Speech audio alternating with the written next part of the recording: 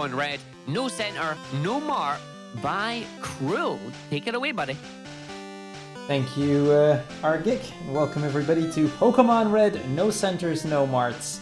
An interesting little challenge run. It's a bit different from your regular any percent glitchless runs, but let me very briefly explain the rules, and then we'll get started.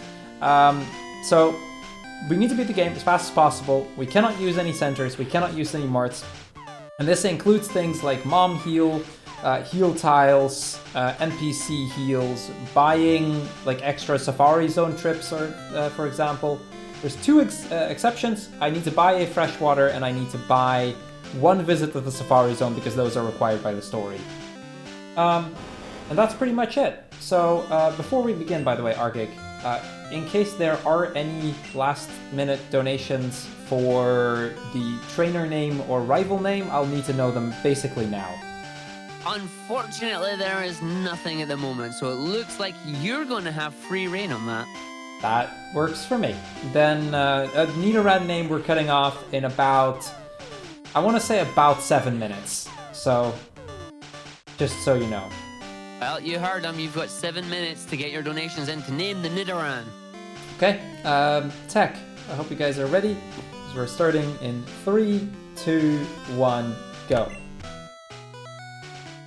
So yeah, here we go. Pokemon Red, no centers, no mart. The first part of the game is going to look somewhat similar up until the point that we need to catch our Nidoran, which is the main that's also used in the, okay, hold on. I'm going to name myself BSG.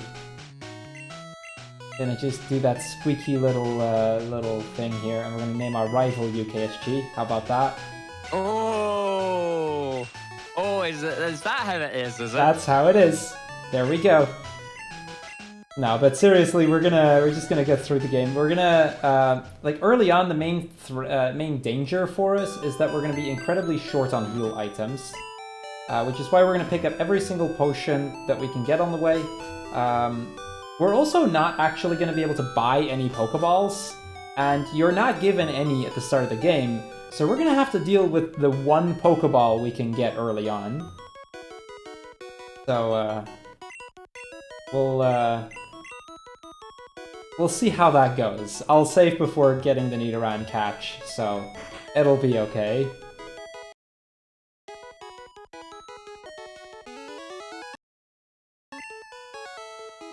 Looking very uninterested there in what the professor has to say. To be honest, I mean, what the professor says here is pretty boring anyway. So we're gonna get ourselves the starter. We're gonna take Squirtle because he's a water type move for the first gym. And by the time we get to the second gym, we don't actually use our starter anymore.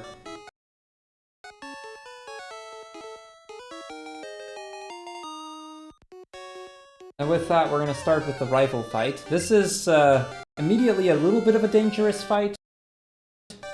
Probably one of the less dangerous fights in this run. There's quite going to be potential threats that we have to deal with. But this one is mostly annoying because he'll lose me a potion, and that would be really bad. We're going to Tail Whip the Bulbasaur. I'm going to actually Tail Whip again since he growled me turn 1. Of course he gets a crit right away, so that's a great start. So all I want to do here is I want to win the fight, hopefully without having to resort to using my potion. The fact that I've already missed twice and he's crit me twice is not making this look very good though. Yeah, we're going to have to use it. So this is kind of worst case scenario already, because now I'm going to be down 1 potion for later on. That doesn't have to be a problem, but it can be a problem.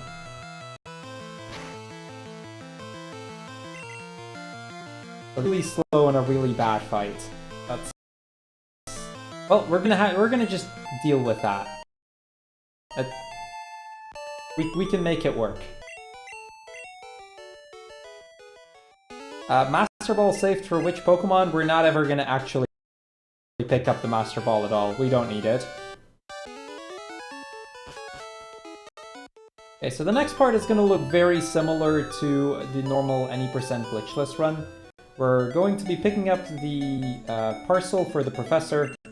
The professor is going to get some Pokeballs. On the way, though, we're going to stop here to pick up that extra potion. That's one that we can get.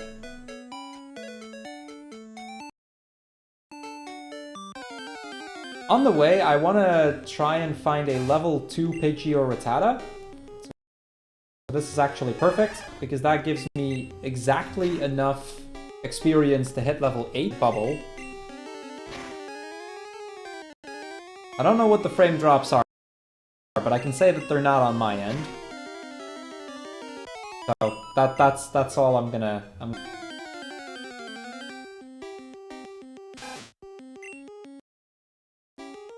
We got another Rattata here. From here on, it doesn't matter. I already got enough. It pretty much get me through the rest of the game. Like, we don't need more extra experience this early on anymore.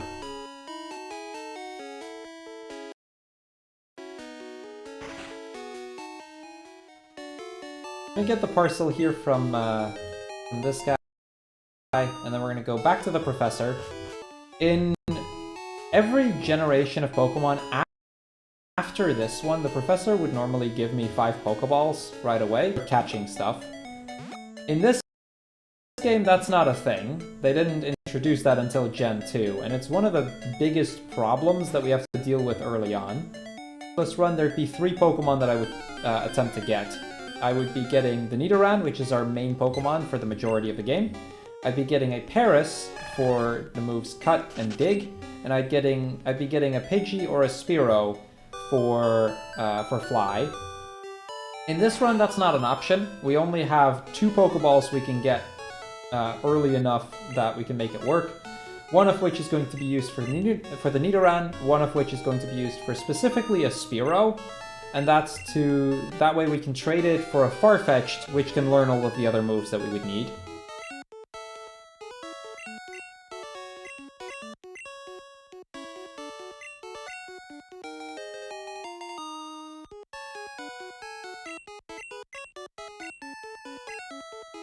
Do you though, Jack? I don't know that you do. Not that it matters much. There's one other Pokeball we can pick up that is kind of somewhat conveniently placed, but also not really.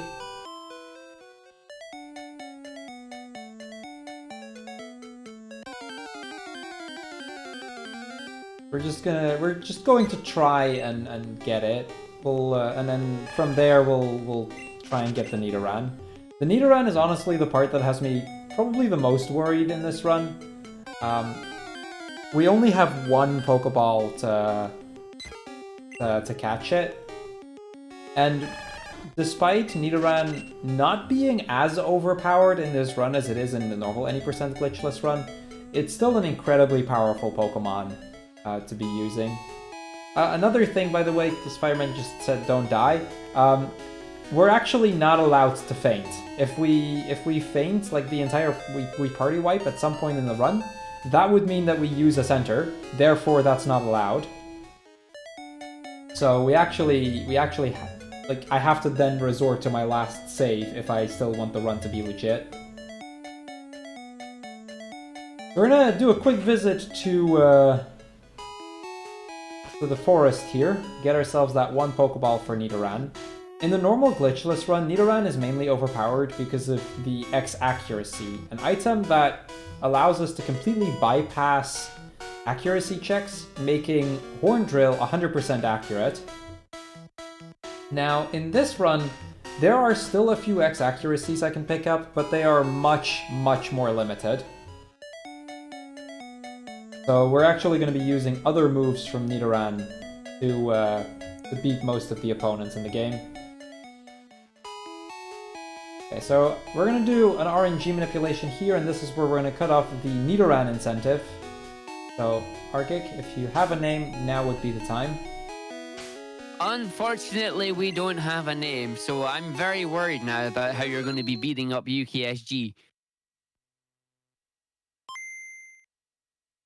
Okay. I just realized, by the way, I can't even do YOLO Ball Manip because I don't have a one-letter name. That's okay. So this Nidoran catch basically boils down to a 1 in 3.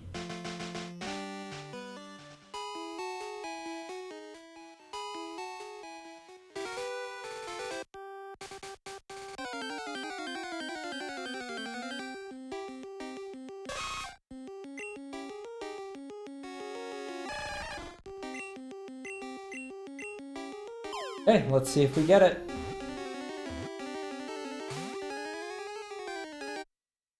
Okay, attempt number 2. So this is just how it's going to be. I love it when my controller misses an input there. So we pretty much we buffer through the entire opening screen. And this is to guarantee us getting the Nidoran, which is a... Okay, why is that not...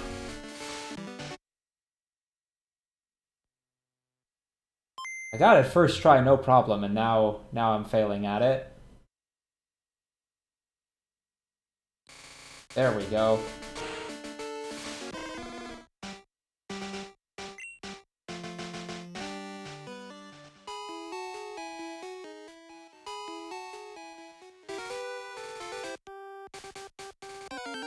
So this guarantees us getting the Nidoran, and it actually guarantees us getting one that's good enough, because it's incredibly specific what kind of Nidoran we need.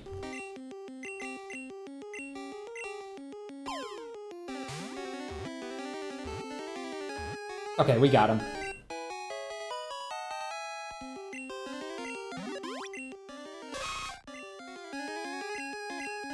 I actually kind of like the idea of...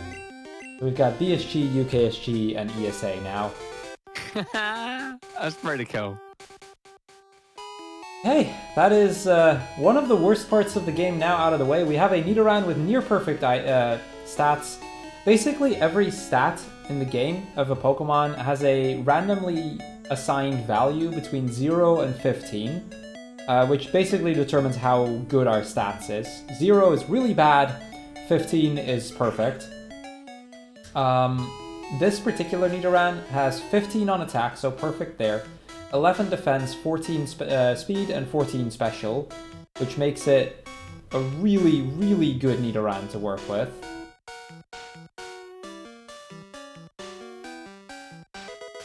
We get the antidote over here, and with that we're just going to get through the rest of the forest. There are 2 more potions I can pick up, which we're desperately going to need, and I'll be saving before the Weedle fight, because with how much damage we took on the first fight, and me already being down a potion, I can't really afford to use a lot of potions from here on.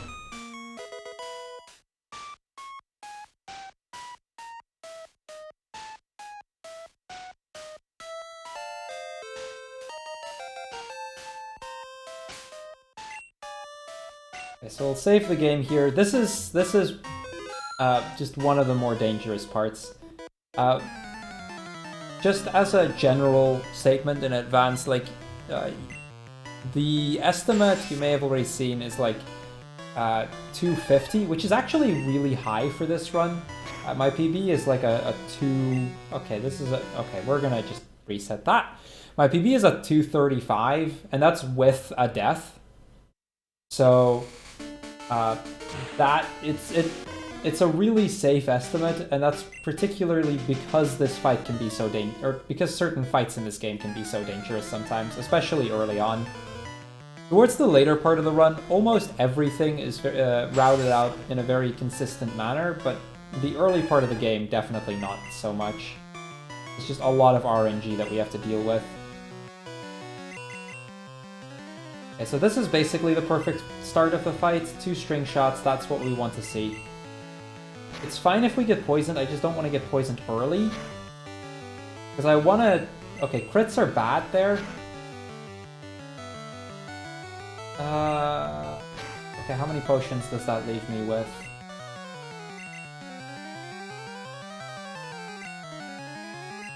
This is not going as planned.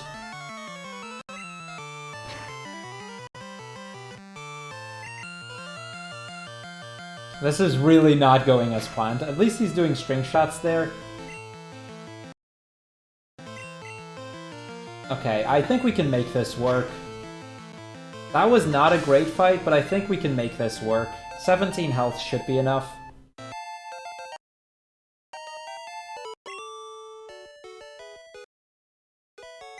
We're gonna use the antidote that we picked up right away. I gotta get rid of that. Can't really... Like, 17 is about as low as I want it to be. Like, lower than that could be a real issue.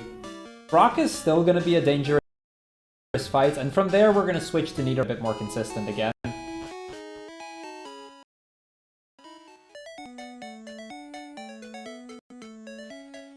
So we've got 4 potions, and those 4 basically have to get us pretty much through most of the game.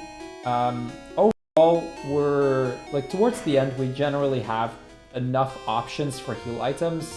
There's not too much that can happen, but early on, which is kind of where we need the heal items the most, we're kind of limited in what we have. So we kind of just have to go with what we can pick up. All the potions that we normally wouldn't get in Mount Moon. And that's just little bits that we can use to keep up with our healing here. So we lead Nidoran here, mainly because we need Nidoran to level. Down to 10, that's not great. This is probably, yeah, I think this is going to be a reset. Very likely. Yep. This is why we saved before this fight.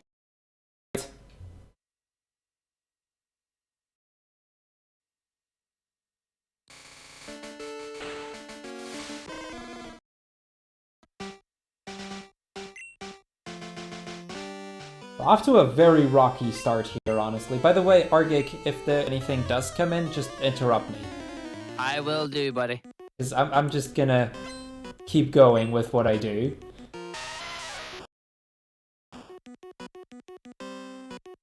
Okay, so, attempt number 2. We really want to see defense curl here. Unfortunately, our special on Squirtle isn't great, which means that we need an extra turn, which makes this an even more dangerous fight.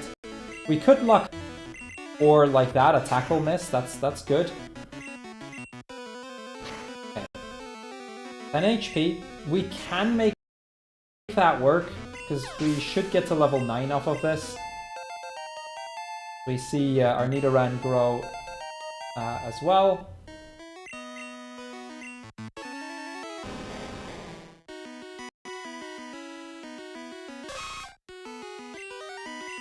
Okay. This is, we just have to luck out here. Bide is not the greatest, but it's not terrible. Okay, so he's going to unleash the energy now, so I can just bubble. He doesn't actually do any damage. That's a good start. Good, we win. Not a great start of the run, but we got a big deal. There we go. Level 8, we get... That's our big move for this next sequence. With Nidoran, the health from Squirtle right now doesn't matter anymore. We're ready to go.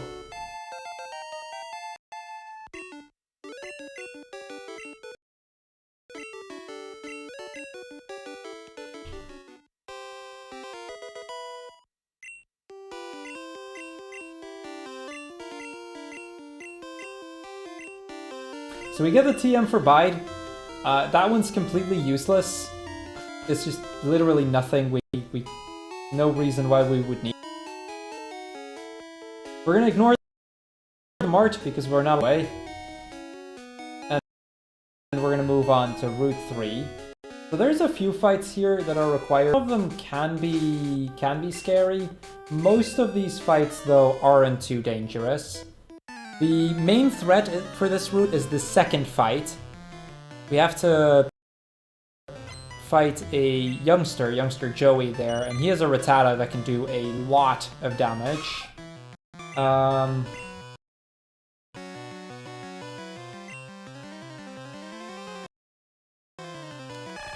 Actually supposed to have this in the front. that right? No, that's not right. Okay, whatever. Looking over my notes, I actually did that wrong. That's fine. I have an idea.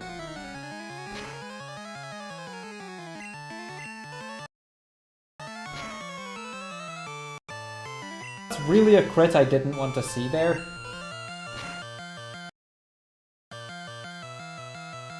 But we still got the 2-shot at least.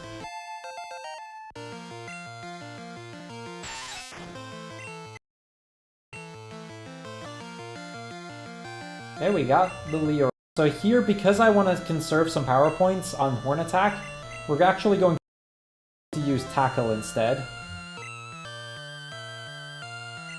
The Weedle can't really do a lot of damage to us. Like, his Poison Sting only does 1. So this is actually one where it's relatively safe for us to just use Tackle instead. I do have to remember that I'm down a little bit of experience. So I probably will have to fight later on to make up for it.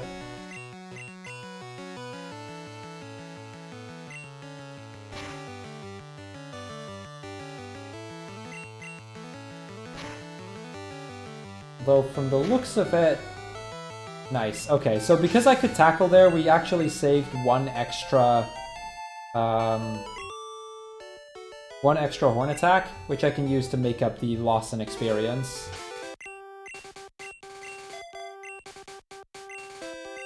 I'm gonna use 1 potion here on the Nidoran. Make sure that he's fully healed. We're gonna toss the TM, I have no use for it. And we're gonna go into the youngster fight.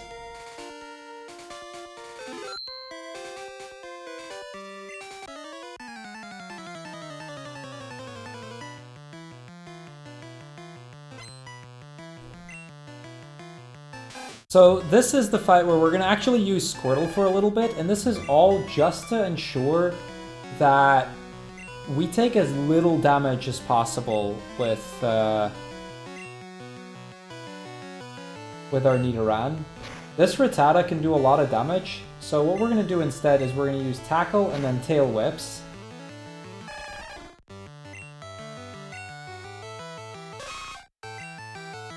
So that once we get the chance to switch, we can just immediately start attacking with Horn Attack. Oh, that's really unfortunate. That is really unfortunate, actually. We got the win, but we are dangerously low on health. Yeah, saving is allowed. So we're not allowed to use any centers or marts throughout the game. This includes... Okay, this kind of sucks. This includes basically anything that gets me a heal or anything that gets me or anything that I would buy, basically. So saving, just especially for the sake of the marathon, that's going to be fine. I have to tackle here. Of course we miss. Luckily he just went with Leer. That was not... This has not been going great so far. We're still fine in terms of health. We still have enough potions to make it work, but we're definitely lower than I'd like to be.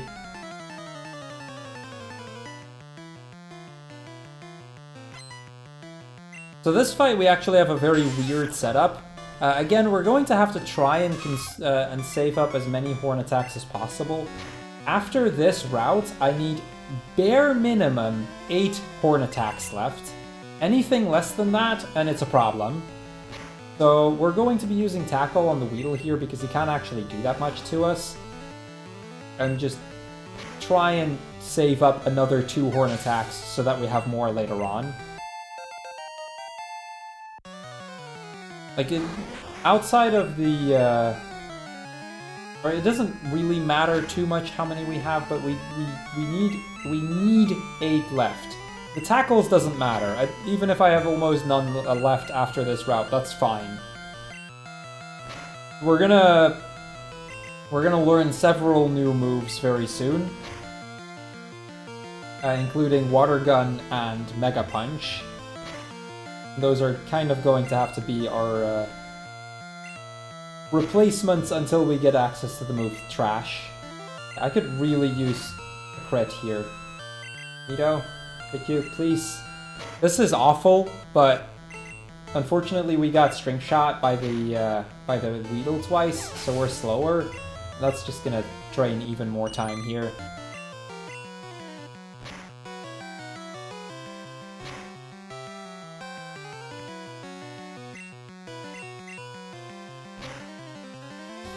You know it, Zeta, but we gotta use Mega Miss for how do you... For a while. We just don't have access to any better options.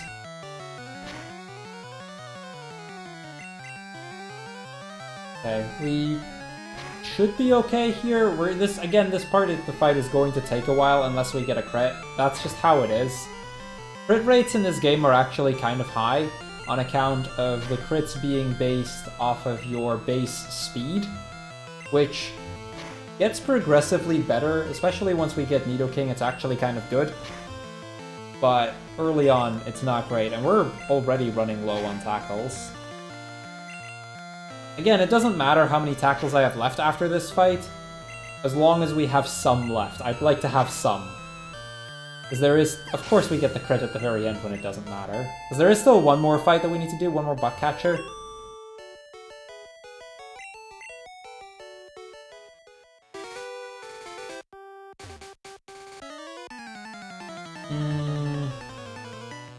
How many tackles do I... Actually...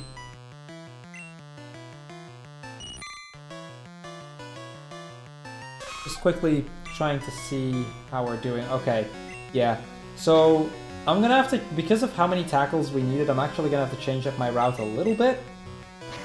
And I'll be teaching Water Gun over Tackle instead of over Horn Attack.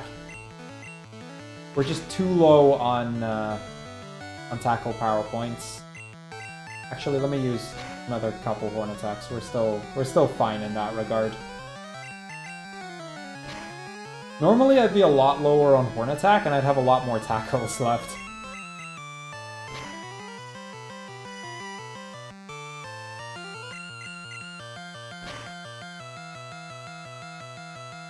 And since we're going to replace Tackle with Water Gun in a moment, I can just use as many as I have, essentially.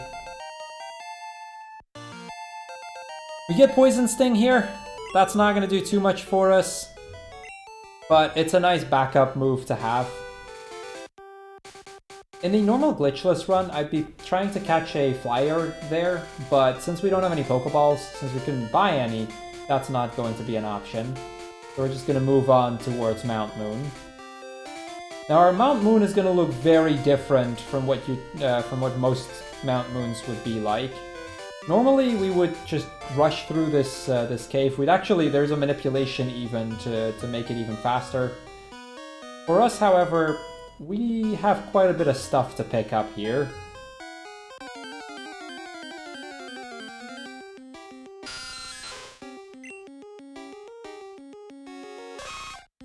I'm actually going to kill this Zubat because I missed out on some experience earlier that I wasn't supposed to miss.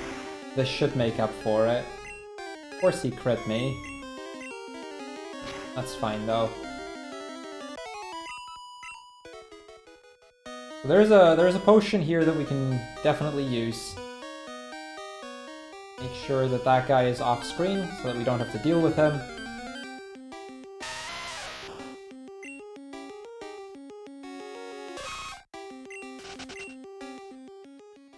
So the No Centers, No Mart challenge, it's actually been around for quite a number of years even. I was originally started, I think 2014, 2015 somewhere, so it's been around for a while. By Zernus. He doesn't actually stream anymore, but he was kind of the guy who started this challenge. Since then, it's also been done for Gen 2 for Pokemon Crystal. I started a run of that. It's literally only been like a few days since I've done that version of the challenge. Yeah, I need to be careful here. I need 8 horn attacks left after this fight, honestly. I'm gonna have to use some other moves to make things work. I have 2 tackles. We're gonna use that. But yeah, back in the day that he ran this, RNG manipulations weren't a thing yet. So a lot of his route relied on really good RNG, because this run isn't possible unless you have a near-perfect Nidoran to work with from the start.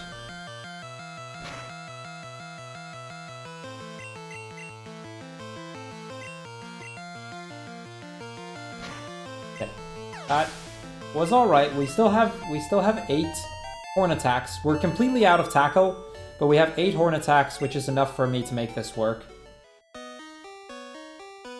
Pick up the potion over here, and then we've got one more trainer to face before we evolve. Now that trainer I would usually use horn attacks on as well.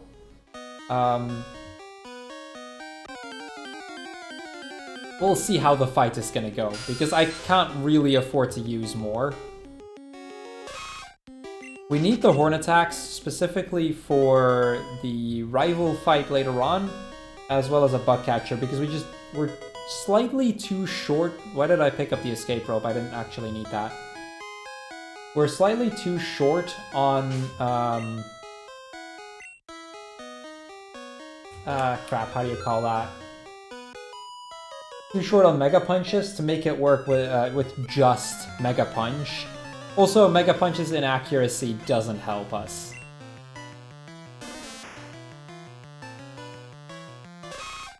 So this Oddish is going to be a bit of a pain. It'll say here that it's not very effective, but that's not entirely accurate. Poison Sting is actually normal effective.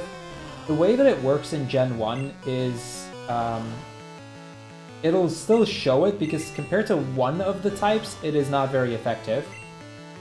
But because it's Oddish is a dual type and the grass part is weak to poison, we can still just use it no problem.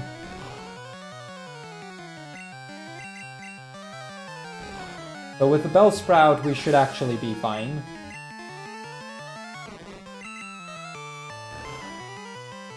Or not. Thought it was going to be normal effective. I guess I was wrong. Or super effective. I guess I was wrong. That's okay. The 4 hit, but we'll win. And that gets us through this fight. So we'll get level 16 here. We'll be able to evolve. And that actually opens up a lot of options for us. The fact that we evolve here means that we can now learn Water Gun, so we can get rid of Tackle, and we've got some power points again. And in a little bit, we'll be able to evolve into Nidoking, which is going to be really helpful for pretty much the entire remainder of the game, honestly.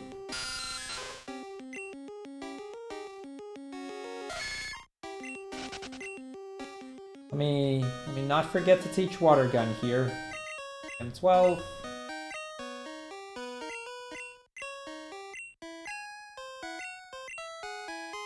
Over Tackle.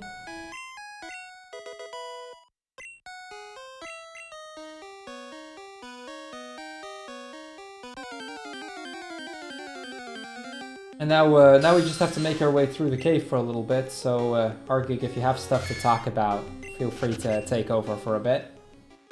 No worries, Tar, very much.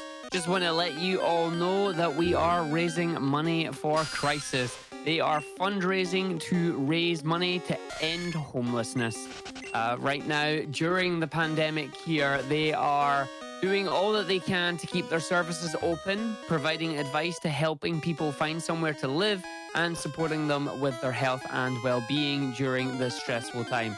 They're adapting the way that they work to meet people's immediate needs and looking at how they can get more homes and ways to contact people through remote technology to help them when it's not safe to do face-to-face conversations. This is a time to support each other, so they're helping other grassroots homeless charities and provide vital services to ensure that they can all carry on supporting everyone. They've already set up an emergency grant scheme to do this and have committed £250,000 of their own money to do so. We are also raising money here. 100% of our donations will be going to Crisis. So do please keep your donations coming in. They are much appreciated. Fireman, with which Pokeball should I have caught that Clefairy? I don't have any Pokeballs, so... But yeah, we did get to see a rare Clefairy just now. We're doing this hiker fight real quick just because we need some extra experience, and this is the safest and most consistent way to get that experience. Doing the hiker fight here is actually a very old any percent glitchless strat that we would normally use if your stats weren't good enough. But because of the way it works out and because we need Water Gun anyway, it's still a very quick, very consistent fight for us to do. And it gets us enough experience that I don't have to worry about random encounters on the way. On top of that, it means that we're going to be able to get the move Trash, which is one of our main attacking moves over the course of this run, one fight earlier, which actually saves us both in taking damage and just in general PowerPoint management by quite a bit. We're getting quite unlucky with the random encounters so far. That's a little bit of a shame. We're gonna just have to deal with it, but it's a little bit unfortunate that so far random encounters have kind of been trolling us.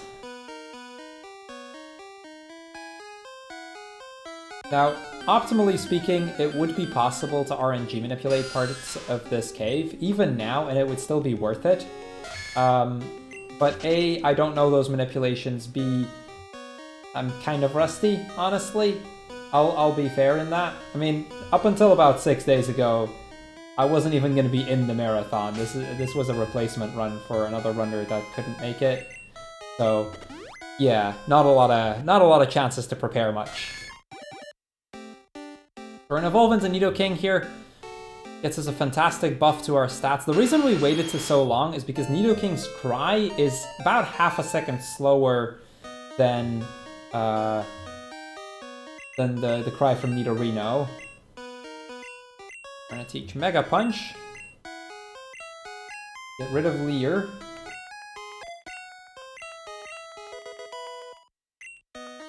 And then it's time for us to start the fight with this Rocket Grunt. So Mega Punch has one really annoying problem. It is not 100% accurate. And if we miss it, that could be a really big problem.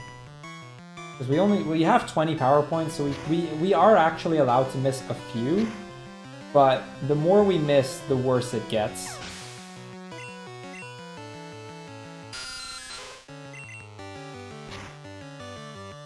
So far, so good. That is a really unfortunate damage range for us to miss.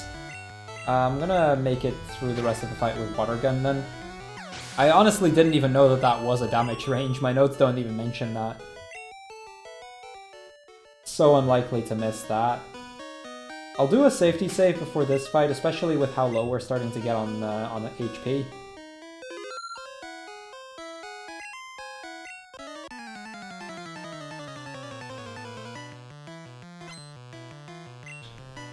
The Super Nerd here, usually it's a pretty straightforward fight. It usually still is now, but we do have to rely a lot on Mega Punches. We use a combination of Mega Punch and Water Gun to get us through this fight. I need to save those last few Horn attacks for some fights coming up, so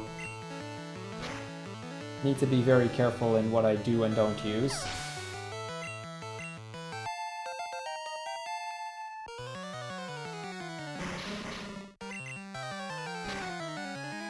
Okay, we hit all of the Mega Punches, and we got a crit on the Coughing. That actually does save some time.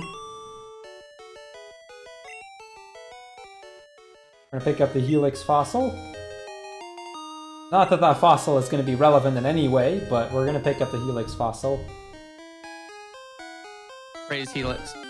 Yes, agreed. And with that, we're gonna make our way out of the cave. So this has been a really bad early game overall. But we're getting close to being through the worst of it all. We're actually going to do one more catch, though. This is very important. Because we still need an HM slave. We have nothing that can currently learn the move Cut, and we have nothing that can learn Fly. And conveniently for us, there is a solution to this.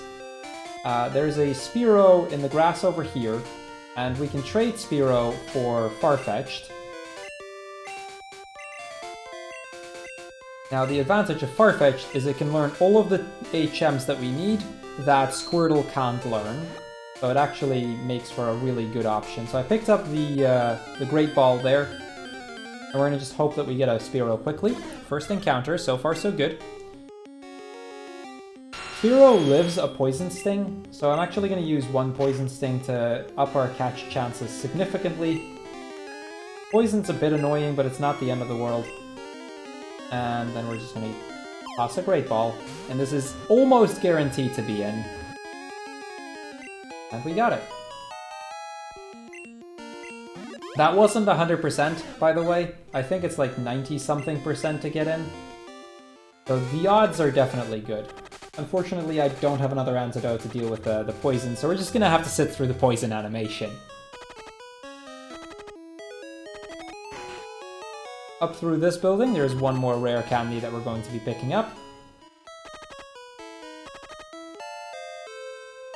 The unfortunate part about the Spearow being poisoned, we have another Pokemon that we have one fewer Pokemon that we can fall back on in case things go poorly. That will especially be a problem in this fight. B, every time that poison animation happens, we lose like just a tiny bit of time. And it's really annoying because like it really throws me off with my movement there.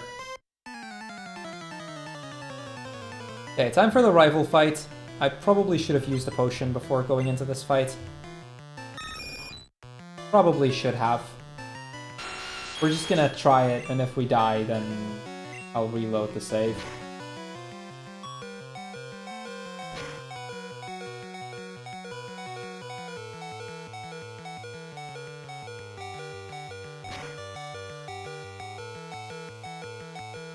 That's unfortunate.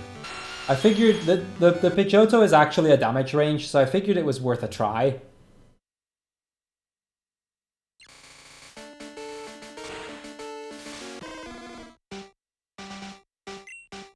Okay, now let's actually heal though. I should have done that in the first place.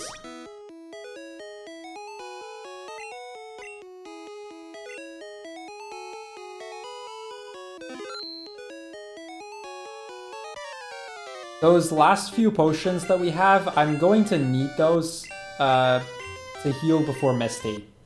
So I'm actually going to leave my potions as much as possible from this point onward.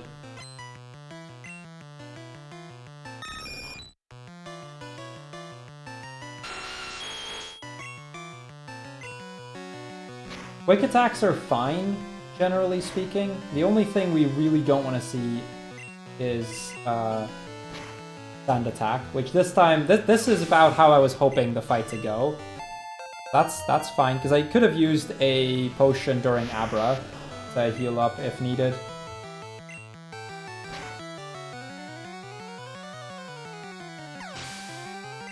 We can use a Horn Attack there. That's really bad. Okay. Still alive.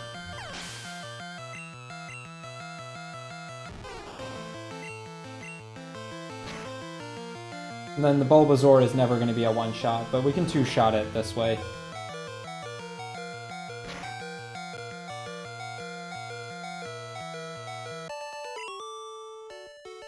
Okay. We are alive. That's a good thing. But we're down to 12 HP. I'm thinking it might be worth it for me to just use the 2 remaining potions. The risk with that is that it can make the Misty fight potentially very scary.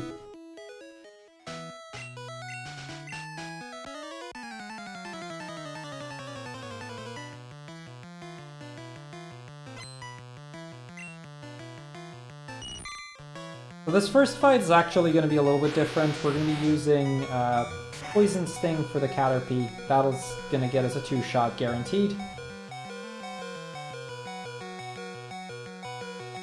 which is always faster unless you get the Caterpie poisoned.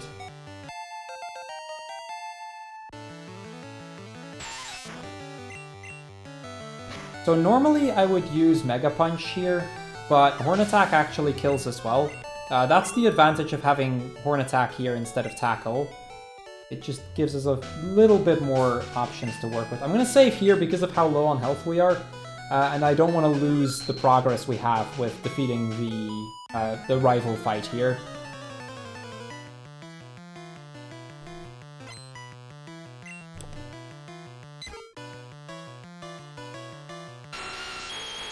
Okay, so we're going to Mega Punch the Pidgey.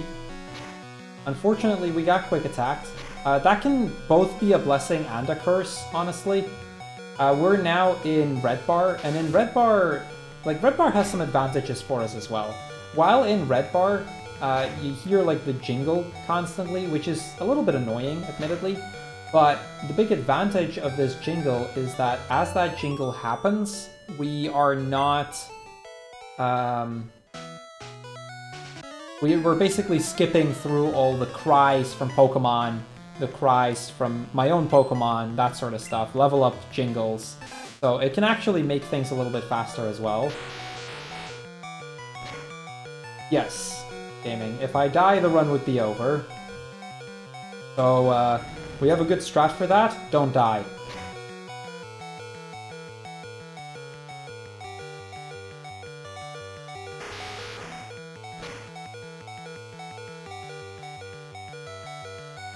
Okay, so all of that went well. We got to level 23, and this is or level 21, but we have 2 candies to level to 23, and that gets us into our next important thing. We are now going to get the move or we're now going to get the move Trash. And Trash is probably one of the most powerful moves that we get over the course of this run. We're going to get rid of Poison Sting, because it's not that powerful, it doesn't do much for us. And it's time for us to trigger the next few fights. From here on, most of the fights are going to be very easy.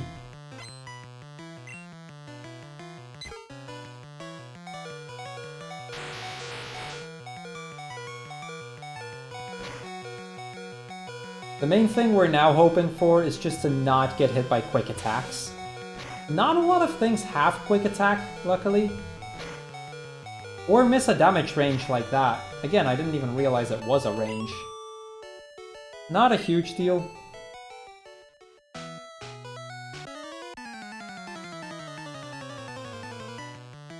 Yo, Hammer! And hey, Cairo!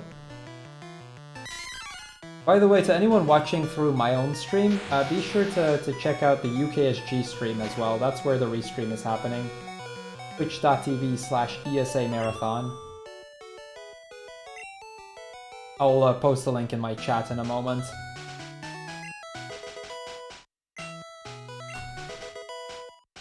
We get the nugget here. Unfortunately for us, nuggets are completely worthless because, let's be fair, we can't actually use them anyway. So we're just gonna deal with this last trainer, this Rocket Grunt. Not a difficult fight. He has a few Pokemon, but we just use Trash and we win.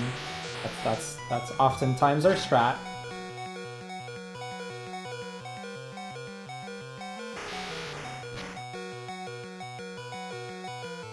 So thanks for the good luck, Clover. By the way, while we make our way through a bunch of different trainers here, if you guys like Pokemon runs, I stream Pokemon, like, I aim for 5 days a week. I haven't actually been able to the past, like, week or so, but... and I run not only Pokemon Red, but pretty much every kind of Pokemon out there. And when I say every, I literally mean every Pokemon game. So if you like seeing Pokemon speedruns, especially the bit weird things like this, be sure to check out my channel as well. Would greatly appreciate that. Anyway, with that said, back to the actual run.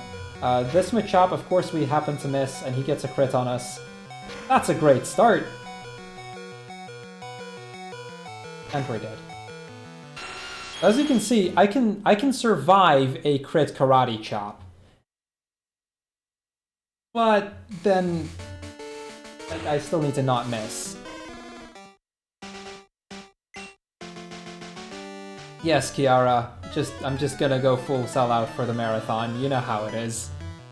Oh no, not too much, honestly, but just a tiny little bit. Okay, attempt number 2. Mega Punch. So he does Karate Chop again, gets another crit. That's, of course, just my luck. Okay, we're down to 3 HP. That does mean I'm gonna have to heal before one of the upcoming fights, but I'm gonna keep Red Bar just a little bit longer. Now, the reason we actually want this Hiker and not the other one that we could have also fought is there's an elixir here. And that elixir is very needed for PowerPoint management over the course of this run. The amount of PowerPoints that we have is incredibly limited throughout the entire game. So we have to pretty much manage every single move that we use. Because you already saw me run out at one point earlier. So we pretty much try to pick up every ether and elixir and that sort of stuff that we can get.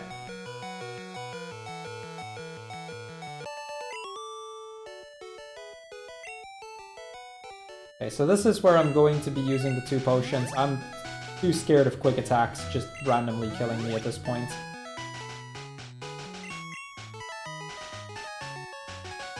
Two more trainers that we have to deal with. This one, and then there is a Lass at the end, and from there we can go to Misty's gym.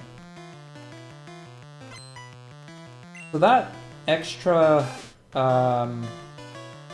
fight that or extra potion we had to use at the very start, this is kind of where it comes in.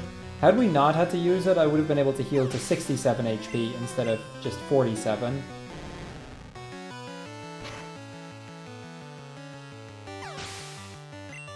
So now we just kind of have to get lucky in not taking a lot of hits. And that's just going to be RNG. Not much we can do about it.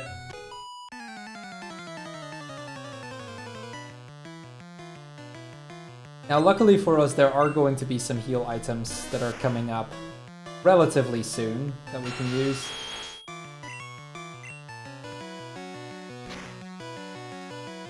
There is a, on the way from this town to the next one, there will be a full restore I can pick up.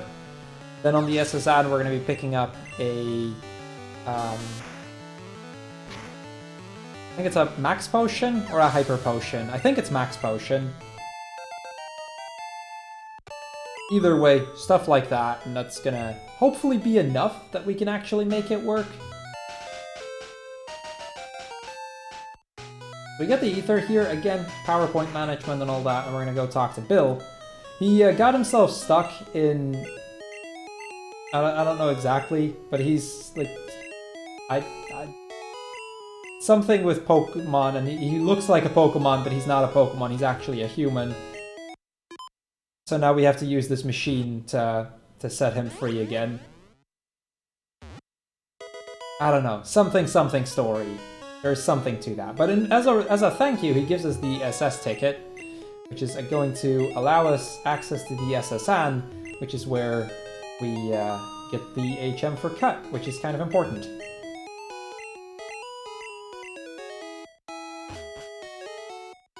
Normally, I'd be using an escape rope there to instantly go back to Celadon, but since we never actually been able to use the Pokemon Center in Celadon, I just have to do the Walk of Shame.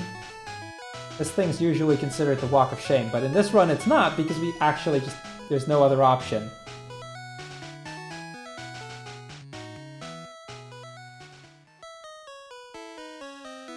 So, on to Misty's gym. There's 2 trainers that we have to deal with here, and I'm actually going to save before both of them. Or at least before the first one. The first one can confuse me. It has Supersonic, and Confusion would be really bad, because if we start hitting ourselves in Confusion, we are pretty much just dead. There's just nothing we can do. If we hit Thrash and we crit, then it's an instant win, and there's nothing to be worried about. If we don't crit, then there's a chance that it can do some nasty things. Hopefully it won't, though.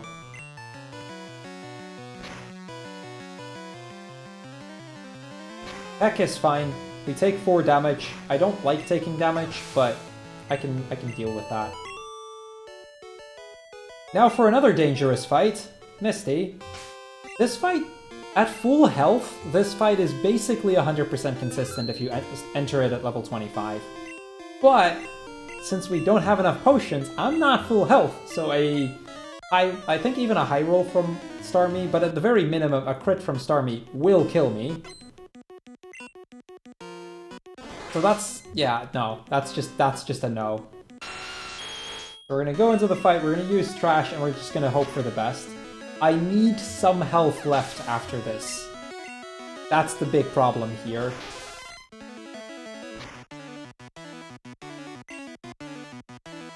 Bubble Beam is not good.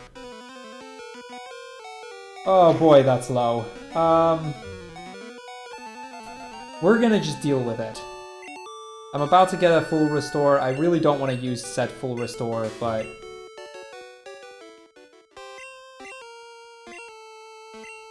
we're just gonna deal with it. This time is already quite bad as it is. I don't want to put the entire marathon at risk. Right now we're still very much on pace for meeting estimate, by the way. Don't worry about that. Our pacing is roughly in the range of like a 243-ish.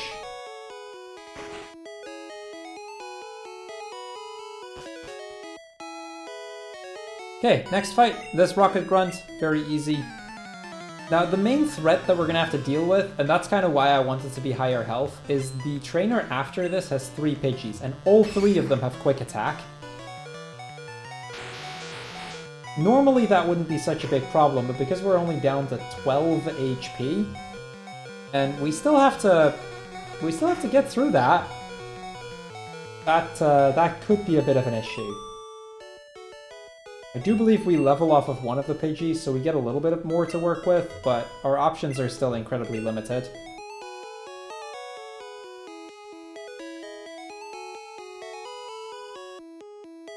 Now, the second part of the run, which we're now slowly starting to enter, the main threat in this second part isn't so much the heal items. The second part mainly comes in that in a normal run I'd have a lot of battle items to work with. And because our name is longer, that jingle is more likely to play.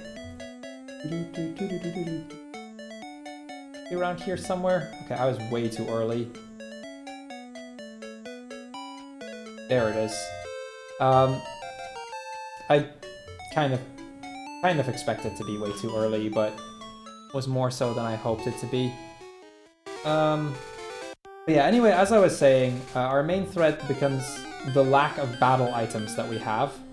Normally speaking, in a run, I'd have things like X accuracies, X speeds, X specials, that sort of stuff to just kind of help me get through this part. That would normally be fine.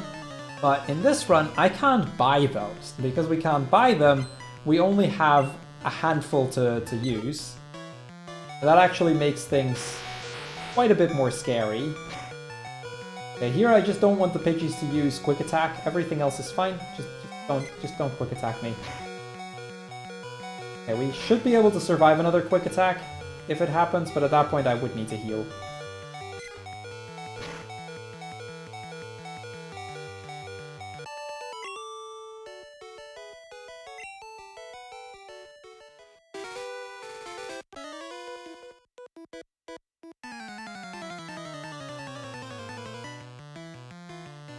I think, assuming we survive this fight, I'm gonna have to use the max potion the moment I pick it up.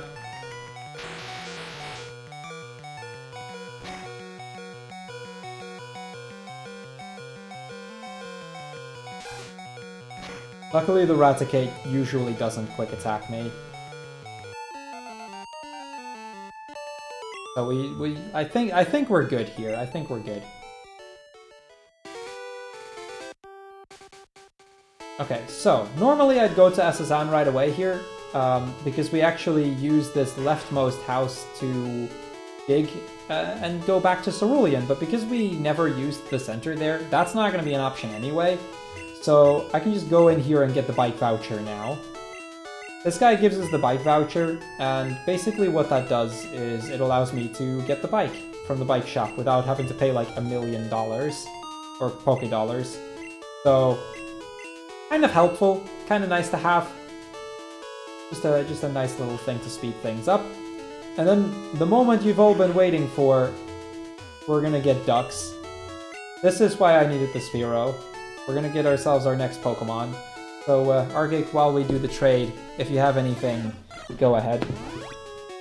Well, I'm seeing some conversations happening in the chat right now about donuts, and as Pollister rightly pointed out there, we do have a few donation incentives going throughout the marathon here. One of them coming up is, of course, the secret donut during the wonderful end of the world. It is currently sitting at $56 out of 200, so it needs another $144. And if we get that, we will be seeing the out of bounds secret donut. But do please keep your donations coming in. As you know, 100% of all donations raised this weekend will be going straight to Crisis. And again, your donations are much appreciated. And now back to the Pokemon. Yeah, so we're about to enter the SSN, and this part looks very different in this run. Normally we would go straight for the rival, get cut, make our way out as soon as we can. Instead, we're gonna go to the right here, and we're actually gonna pick up a few items. Because we can. So first is in this room. We've got a max potion, and we're actually gonna use that right away. I'm gonna... Oh, let's not use it on ducks. Use it on our boy ESA. I'm gonna toss that, we don't need it. Gonna teach Bubble Beam over Water Gun.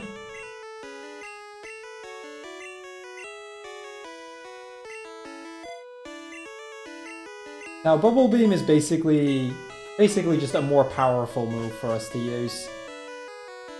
And then the third door.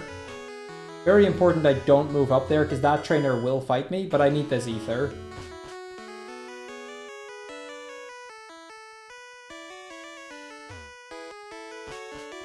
Now, there is an alternate strat that we can use there, but I think I'm not going to. We have the option to go into the fourth room there and teach to get the move for Rest, which can help us a little bit with our heal item situation. I think I'm going to not get that though.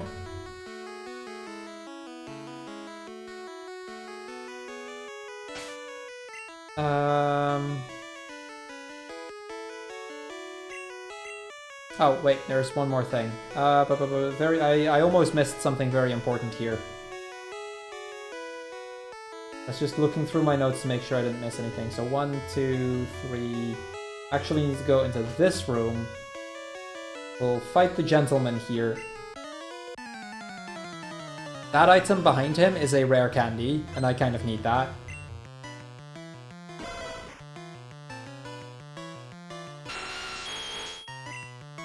Plus, this fight is pretty straightforward anyway. We can just use Bubble Beam a few times.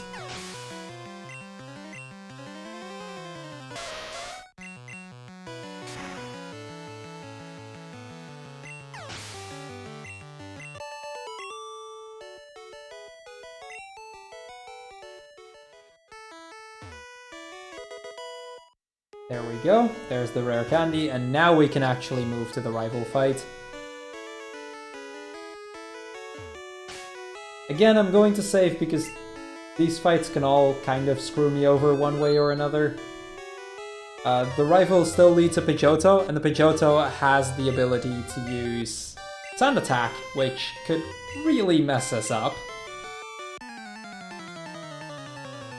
So we're just gonna see, and we're gonna hope for the best and see what this fight is gonna hold for us. Now the idea here is the Pidgeotto is actually a two-shot with Bubble Beam. The main thing is just I don't want to get hit by... Well, in general, as little as possible. That crit's actually kind of annoying. But the main thing is I don't want to get hit by Sand Attack. Because that just tends to screw me over too much later on. We did a lot of damage overall. Thank you, White.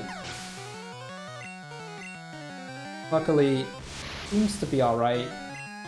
And Trash for the last Pokemon, last couple of Pokemon here.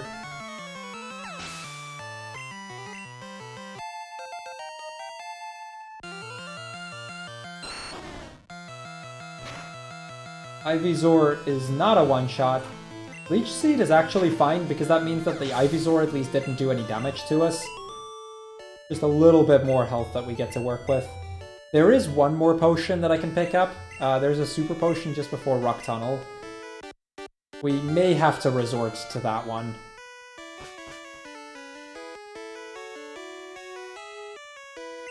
Now the captain here, he's seasick, so we're gonna help him. And as a thank you, he's going to give us the HM for cut. Now normally, oh, I overmashed. Normally, after you, like the moment you get cut, a jingle would play. But because our name is 3 characters or shorter, we can actually skip it. That saves, like, probably about, like, 1.5 seconds to 2 seconds. One of the reasons why I went with a 3-letter name and not anything longer than that.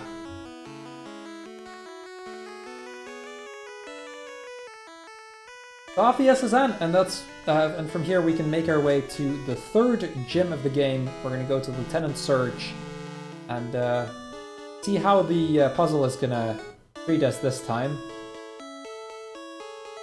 But first we get a cute little animation with the boat sailing away. There's no way to skip this, by the way. We just have to sit through it.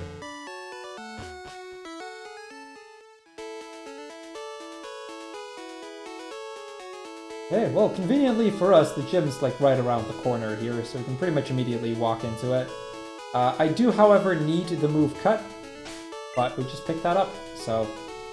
What we're going to do is we're going to teach that to Farfetch'd. This is why we got Farfetch'd. And then we're going to teach Dig to Squirtle. That's useful for later.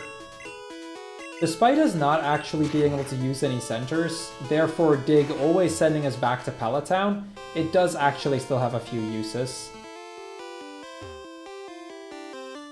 So this is where we just have to get lucky with the trash cans. Only about half the trash cans can actually have the switch in it. And after that, the potential correct answers are incredibly limited. Some of them have like 4 options. Some of them have like 2, like that one, which is why I saved. And that immediately has me gave me the save for search as well, so that's kind of convenient.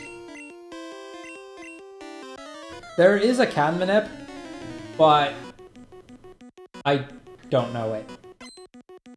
I started running Pokemon Red well before manips were a thing, so I don't actually know too many of the manips. The Nido manip is very important for this run, but all of the other ones, not so much.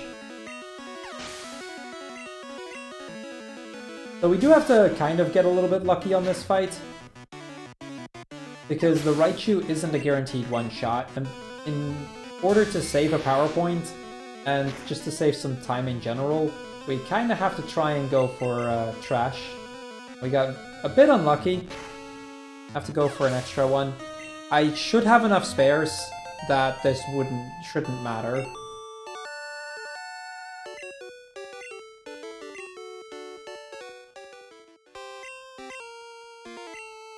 And if it does turn out to be an issue, we'll figure something out when we get there.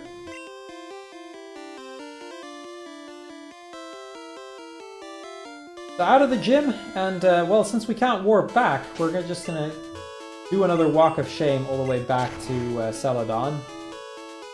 We never set a warp point, so that's not an option for us, so we'll just have to walk back the slow way. Here's Sankey and Unparalleled, thank you. Fortunately, we Get a little unlucky with the encounters. Our encounter rate has been pretty bad this run. Since we don't have the option to buy anything, we also don't have the option to buy repels, which kind of sucks, honestly. That's probably the worst part about this run. We have to deal with random encounters, which in the normal run by this point, we wouldn't have to anymore.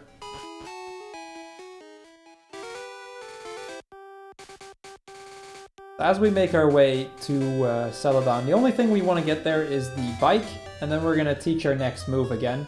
We just got the TM for Thunderbolt, and Thunderbolt is incredibly useful for some of the upcoming fights. We're going to teach that over Horn Attack. We don't have any Horn Attack power points left anyway. Or, well, we may have like one, but we basically have none left anyway.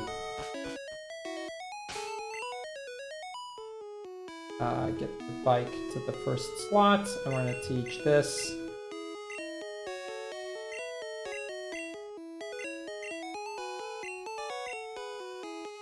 And we're going to teach that over Horn Attack.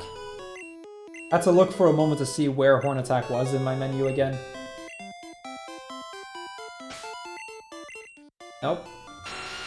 Didn't mean to do that. Meant to do that. So the next fight is commonly referred to as Forter and Thrash Girl. But we have Mega Punch, and I'd rather rely on a 90% than relying on a 50%, so yeah, we're just going to use Mega Punch turn 1. It's just the safer option, honestly.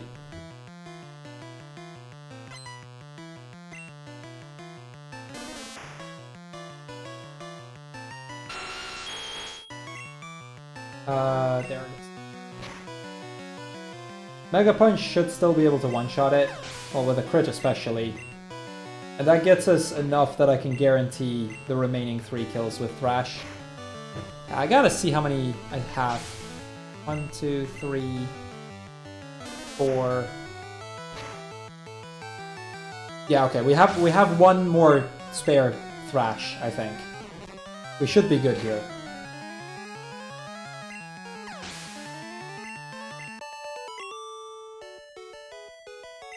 Yeah, we don't actually kill any random encounters at this point in the run, because we just don't have the power points for it, and it's not really worth it. There are very few situations where killing extra encounters for experience would be worth it, and by this point that's just not a thing anymore.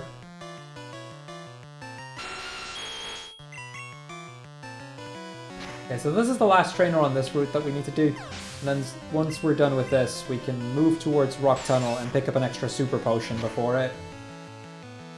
In a normal glitchless run, I'd actually want my health to be relatively low by this point, to try and set up a red bar, which can save quite a bit of time in Rock Tunnel.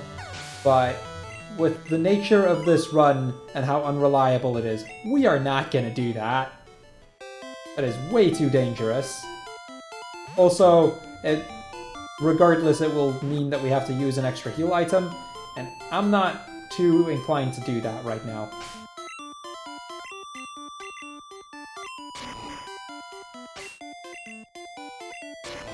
So right here, there's a Super Potion.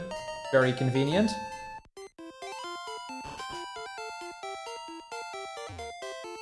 Now you'd think that we would need Flash, but since we can actually see the walls, I don't really care. There's not really a need for us to do so. Most of these fights are incredibly free. We have the combination of Bubble Beam and Thunderbolt to pretty much get us through every fight. The level 30 level up here is kind of important. The level 30 guarantees us that we will be able to one-shot the... I think it's Oddish or Bulbasaur, one of the two, on one of the fights coming up. If we wouldn't be able to one-shot it, it could potentially, like, give us some status effects, and things just get very nasty very quickly. Yeah, Gen 2 Dark Caves are really tough. You can get used to them, but, like, after a couple of runs, I know I had a pretty easy time with them, but they can definitely throw you off if you're not used to them. We've got the Slowpoke here, easy one shot, and then we're gonna move on.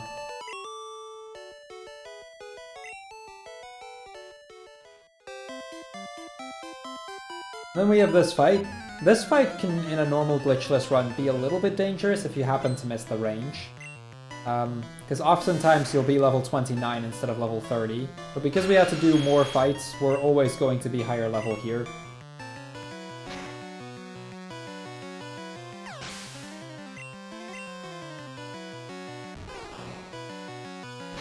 Yeah, there are, you can change some palettes in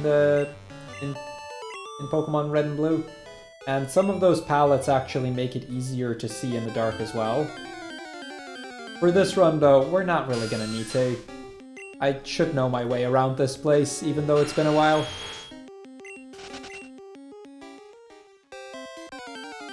The one unfortunate thing we have to deal with is I was never able to buy repels, so again, we just have to hope for as few random encounters as possible. That's just one of the RNG parts that just happens to come into play with this particular category. Now the cool thing about a run like All Centers, All Marts like this is just there are so many things that you have to think about that you normally don't even consider. I'm actually in the process of trying to do a lot of gens No Centers, No Mart, because they're just really fun to try and to see how far you can get. Because it makes you think about a run like this just in such a different way. I've managed to do this for Pokemon Crystal as well, and it was a challenge, but it was a lot of fun to try that, and you know, I can definitely recommend it. If you're interested in trying a not too run-of-the-mill Pokemon run, I would definitely recommend trying this one out. My notes are public on speedrun.com on the extension leaderboard, so if anybody is ever interested in trying a quirky little challenge speedrun, this is definitely an easy one to start with, because it requires very little knowledge of RNG manipulations and whatnot.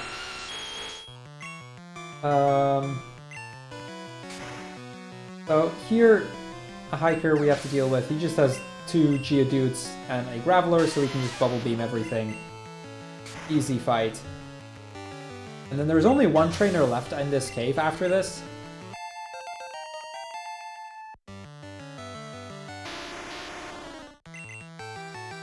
Well, while you're Bubble Beaming away here, we do have a quick donation. Yeah, go ahead. We have a $24 donation from Killa, aka Derperino, saying donut. And they have put the donation towards the secret donut in the wonderful end of the world. Thank you for your donation.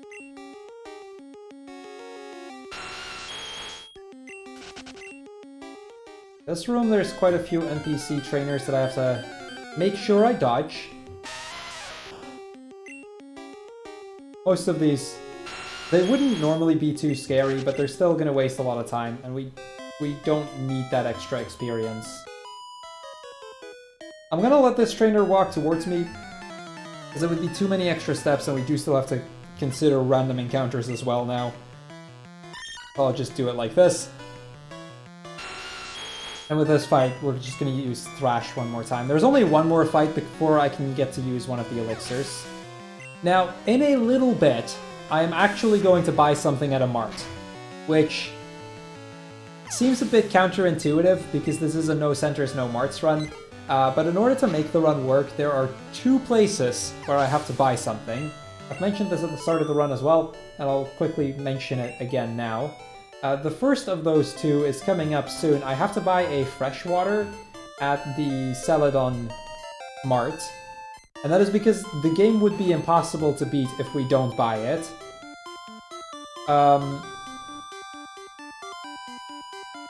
Within the rules of this category, we have made those 2 exceptions. It's that one, and it's 1 visit at the Safari Zone, because they are actually impossible to avoid. Yes, a cycle of Thrash only uses 1 power point, and that's one of the reasons why Thrash is so useful in this run, because I can pretty much keep using it for free. Unfortunately, we didn't get that range. We are not allowed to buy an extra freshwater to get Ice Beam. That is not allowed. So, contrary to a normal glitchless run, we don't actually have access to Ice Beam. That is one of the moves that we have to figure out a workaround. And we have figured out a workaround. Not a pretty workaround, but it works.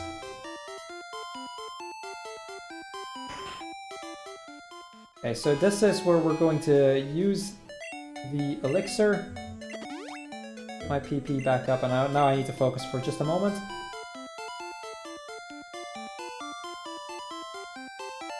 Two tiles off, that's okay.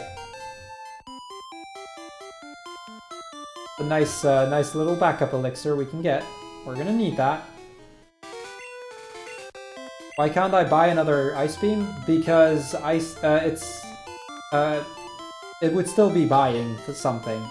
And this being a no centers, no Mart run, the definition of not using a center is as broad as possible. Even to the point where extra Safari Zone visits would not be allowed either. And we mainly do that to just have it as clear as possible. Any form of spending money counts as shopping.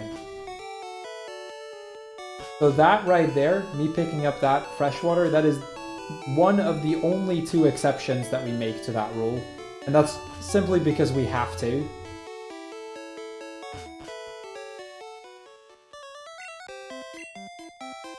It's more like spend minimum money and don't take any heals anywhere.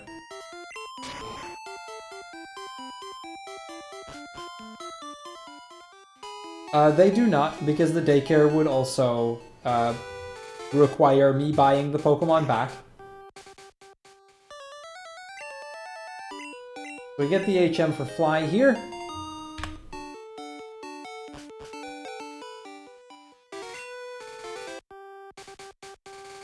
It's a glitchless run, Vindicate. That's absolutely possible, but glitched, this wouldn't really be a challenge.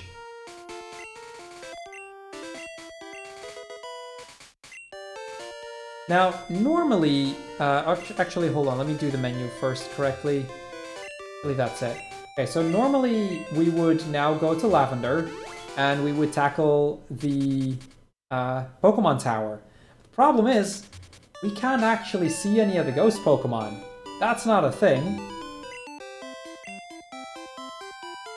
So we have to actually do the rocket sequence here that we normally don't ever have to do.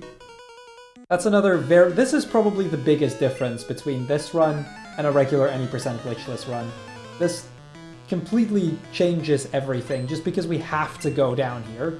I need the Silph Scope to be able to see the ghost Marowak in order to be able to get the Pokéflute in the first place. Whereas in a normal run, I would be allowed to buy a Pokédoll and use that. Yes, the free heal in Pokemon Tower is not allowed. We're going to be skipping that. That's probably the worst one that we need to skip. But there is a method for us to skip the free heal in Pokemon Tower. It's not pretty, but it's possible. Oh, Sankey, it is absolutely possible, and we are going to be skipping it.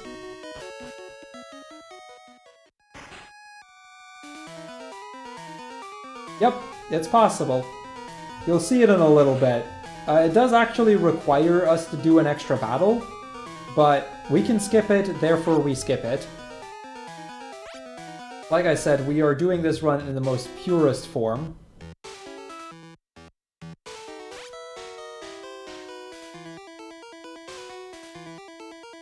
The main reason, by the way, why that particular one isn't allowed either, and why we defined centers, a better way to word it would be no free heals, no shopping.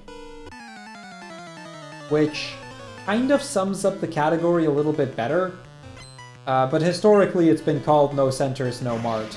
And the reason we do that is because if you start allowing things like that, you're also going to be allowing things like the Mom Heal, for example, which kind of defeats the purpose of the run, because we could still heal all throughout the run.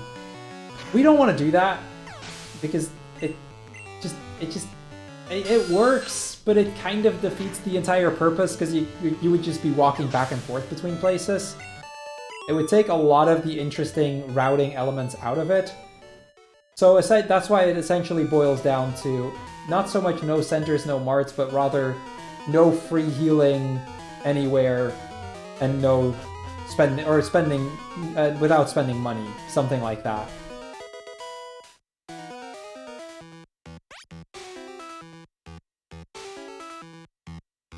That's kind of how the version of this category for Gen 2 uses a similar approach to that. In Gen 2, we also avoid things like heal houses, mom heals, that sort of stuff, and that's just to make sure that we stay as close to the idea as possible.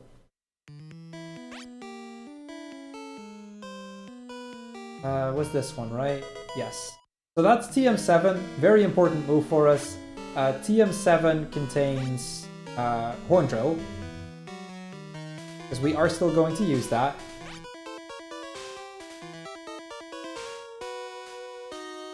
No centers, no marts, no items would be literally impossible.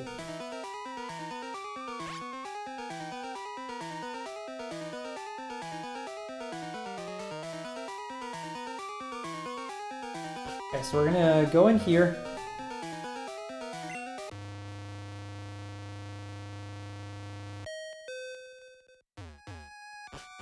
Yeah, the unavoidable heals, we still... that's fine.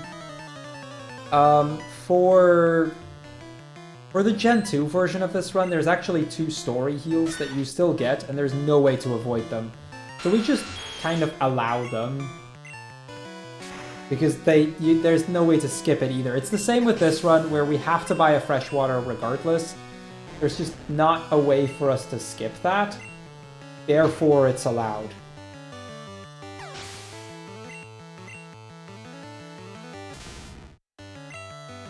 Well, okay, it's maybe not literally impossible. It's just, I don't see that as being a thing, honestly. Thank you, Danger. Danger, I'll post the link in chat again in a moment, and that goes for everybody watching in my stream. Be sure to check out the ESA stream right now. That's where the restream of this run is happening. That's honestly the more interesting one to look at right now.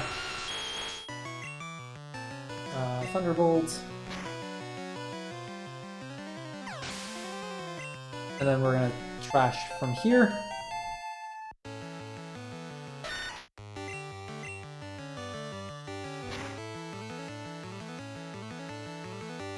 Oh, that could be bad.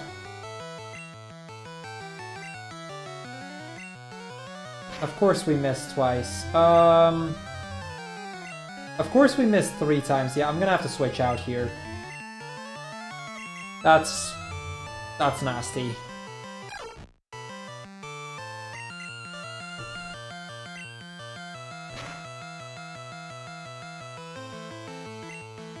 So this isn't the end of the world, but this kind of sucks. That counts as a center, but me fainting to get my power points back absolutely counts as a center.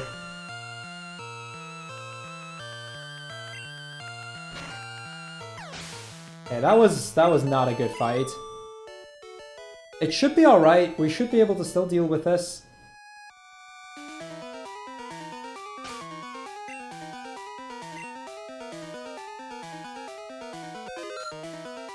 Yes, if I were to faint, I'd be back at the start of the game, but we have Fly, so I can get pretty much anywhere anyway.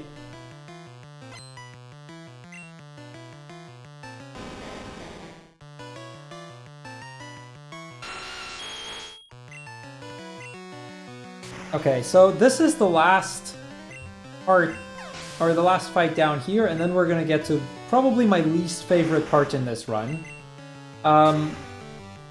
We're about to come up to the Pokémon Tower, and the tower normally is not that bad, but because of our difference in moveset, this next part actually becomes incredibly annoying. Normally speaking, I would do the Pokémon Tower, and we would basically be using Rock Slide for every Ghost-type Pokémon. But unfortunately, Rock Slide isn't a move we have access to. because that would require me buying something at the Mart, so we can't do that. So instead, we are going to gonna have to use a combination of Bubble Beams and Thunderbolts. Also, a quick revisit to Pallet Town, and then we're gonna fly to Lavender.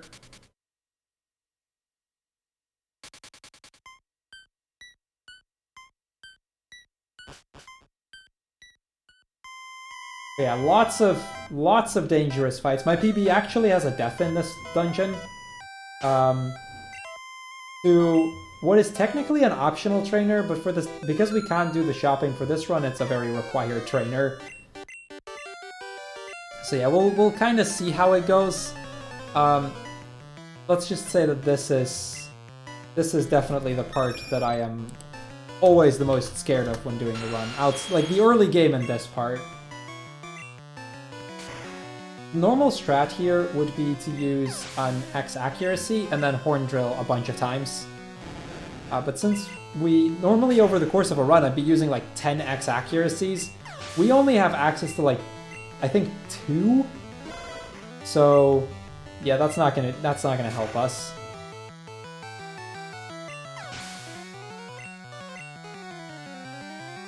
So instead, we're just gonna use normal moves and hope for the best. Yeah, we've had a few fights that we have to reset, Johnny. That's why there's a time difference there. This run had a really bad early game, which is unfortunate, but it kind of just happens with this.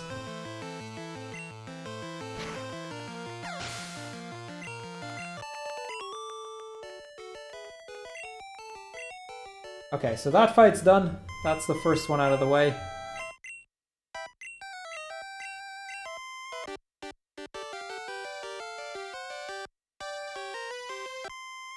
And now comes Lavender Tower. Now the good part about Lavender Tower, and that is like it's one good side for us, there are multiple elixirs here.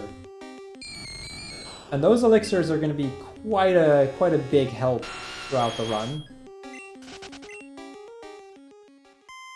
I mean, they're kind of required for us, no doubt, but...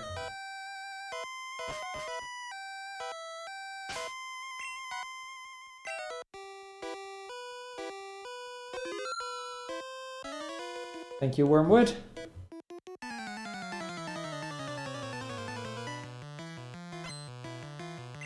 We're gonna just use Nidoking. Nidoking is our main for the entire game, pretty much. It generally speaking with any Pokemon speed run, but it counts for these especially, it's generally just not worth it for me to catch other Pokemon. I don't have the resources for it. The experience would get spread over multiple Pokemon, making each individual Pokemon even weaker. It's just not worth it. Okay, this is what I was afraid of. These Ghastlies are all 2 shots. And if we start hitting ourselves in confusion like that, it can be a big deal. Now, I can deal with this. This is still fine. We don't need Lapras. Also, the Lapras would be like level 15 or something, so it's just not worth it. You could do the entire run with Blastoise, that's an option, but then you would have to do the entire run with Blastoise. It's level 20, that's still not worth it though. So down here, you see that heal tile. Very important for us that we skip it. The Super Potion here. Save the game. Because there is a way around it for us. Has to do with this trainer. See, this trainer right here, she's blocking the path. But the range is big enough that if I stand here, a path will open up and I can just pass it, no problem.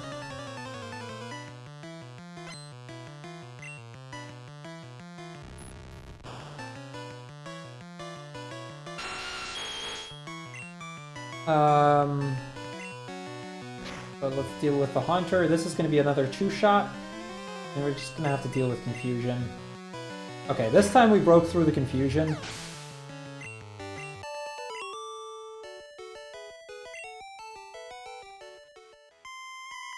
Okay, this next trainer is the trainer I died on in my PB.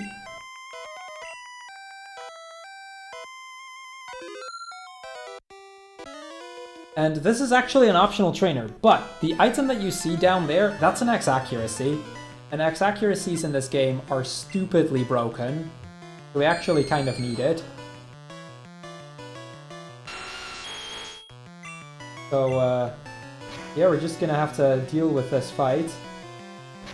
Nightshades are fine. The biggest thing is I kind of would like to at least crit some of these Ghastlies, because if we get a crit, we can just one-shot them, and they wouldn't be nearly as scary. Lick is fine if we don't get paralyzed. That's another thing. Lick is generally fine, but what happened in my PB here is I got paralyzed early on, and had to heal that off, and then got paralyzed again. Basically meaning that I didn't have the heal to get me out of paralysis towards the end. So basically this happened. We might be dead here. Okay, we're not dead here. We have one full restore. We're gonna have to use it.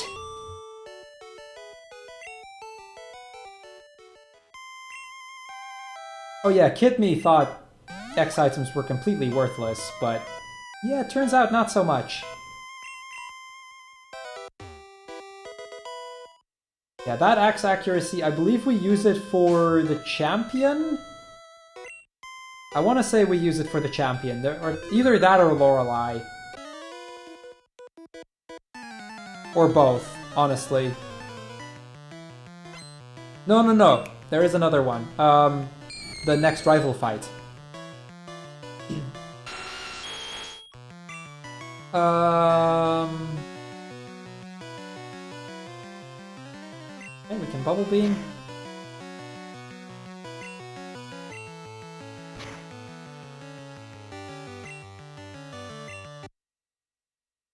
I can't deal with another paralysis, sadly. We've lost that backup.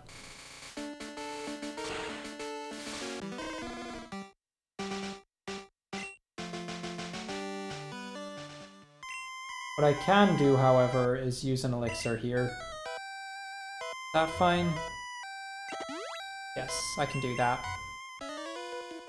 It allows me to use Thunderbolt instead, which is just a little bit more powerful, and we have enough elixirs anyway.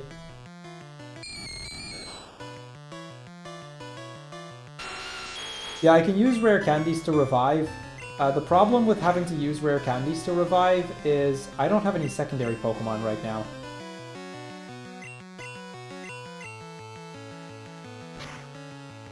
Like, I would still need another Pokemon to also be alive. That's not a thing.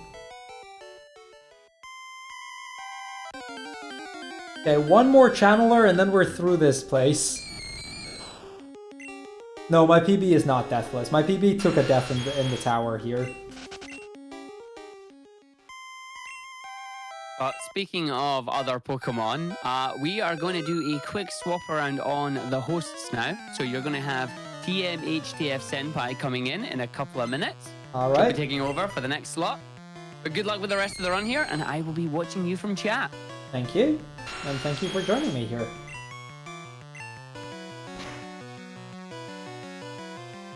Catching could be worth it, but we only have 2 Pokeballs. Alright, so here's Senpai. Good luck, and I will see you guys later. I'm gonna immediately just turn him up to 200% because it's probably gonna be needed. Hello? Hello. Yeah, that was definitely needed. Okay. So can you hear me good? I can hear you just fine. I'll leave to chat if you're hearable on their end as well. Okay, wait, let me check chat. Donut. But... Okay, so I just quickly introduce myself and then let you go on with. So my name is TMHTF Senpai, and thank you UKSG for letting me do this. Don't forget, everyone, we're raising money to support Crisis, so please don't. And yeah, good luck, Crrool.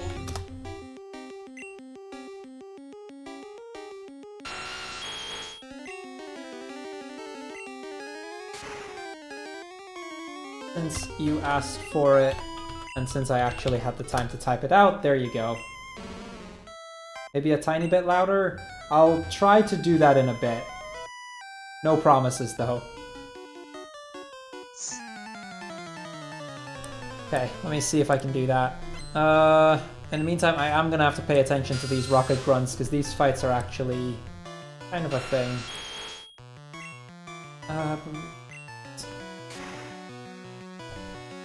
Okay, I've turned her up ever so slightly. But I don't think I can do much more than that, because I've pretty much got it maxed out on my end. Unfortunately, my GameCube's audio is always stupidly loud, so balancing audio when running anything on my GameCube is just, it's a disaster.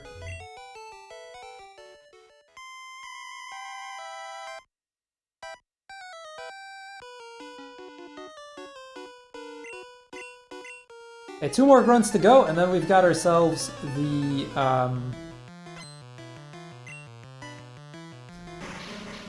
Poké Flute, and we can actually move on. The Poké Flute, like this sequence, this is pretty much one of the last really dangerous sequences for me. Like after this, a lot of it is just going to be a boss rush to complete everything else. There are still some dangerous parts, but after this, things tend to be a lot safer throughout.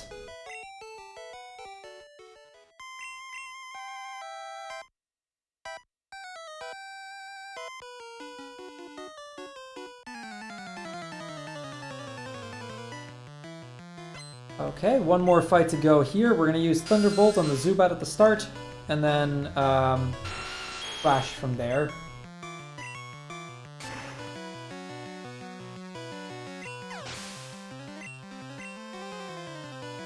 Also, I saw somebody earlier mention that he thought I was still on PB pace. I am not. I am absolutely not on PB pace here.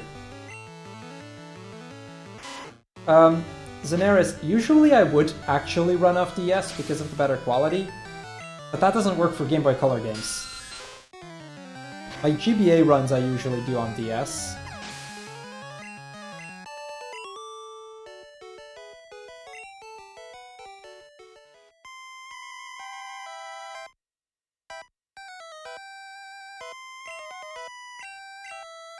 We talk to this guy, and he's going to give us the Poké Flute, and from here we can finally get out of this part. And we're about to actually do our second quote-unquote shopping in the game. Although this one isn't nearly as much considered a mart. We do buy something, therefore it counts. But this is the other one that's going to be allowed because we have to, because we need to get into the Safari Zone.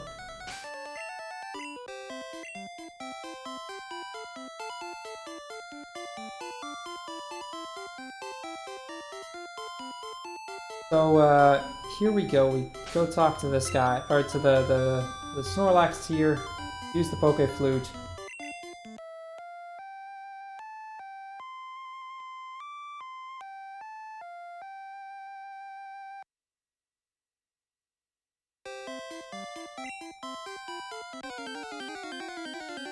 Now on the next route there are 2 hidden items that we're going to be picking up before we actually head into the Safari Zone.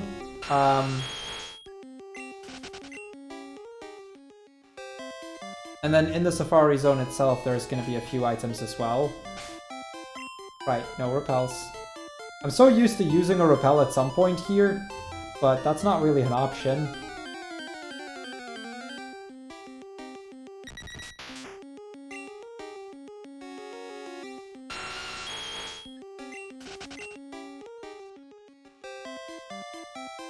But first off, this rare candy. The rare candies are just... we need those levels at some point. Over the course of the run, just the experience management is very different from what you would normally have in an any percent glitchless run. So, and even in any percent glitchless, we pick that up. But we kind of just need all of the rare candies we can get.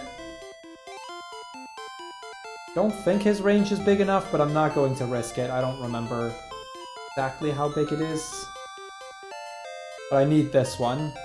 Max Elixir.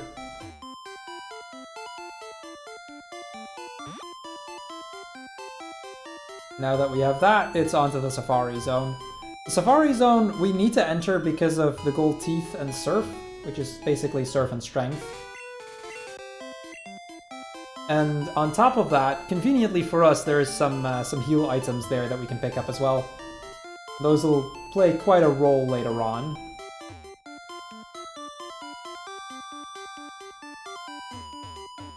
Well, mostly Pokemon, Wormwood. I guess I can mention that in general again. It's been like a good hour since I've done that, so in case anybody in the ESA stream likes seeing Pokemon runs, I aim to run Pokemon about like 5 days a week. I don't, like, usually I make at least 3, usually 4. So if you like seeing Pokemon runs, I don't just do this one either. I pretty much run every Pokemon game out there. If you like seeing that sort of stuff, be sure to drop by my channel, drop a follow, and yeah, that would be greatly appreciated.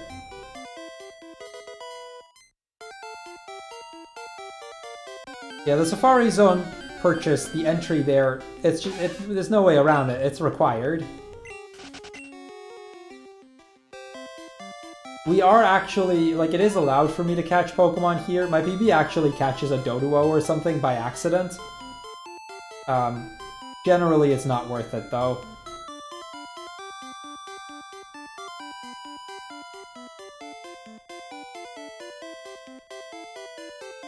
Only one encounter in Safari Zone. That's really good. A really good Safari Zone. I believe... of course I have no more room for items.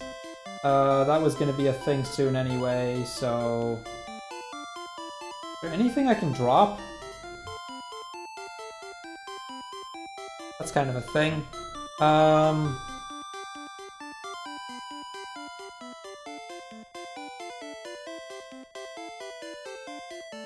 I don't know what to get rid of here. I can teach this. Yeah, I can do that now.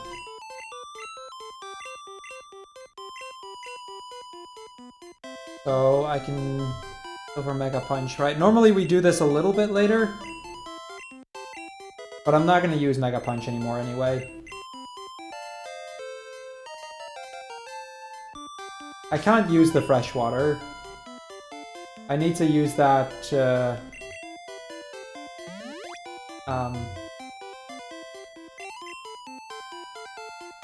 how do you say? To enter Saffron in a bit. No, it's fine. I can get Surf here. We good.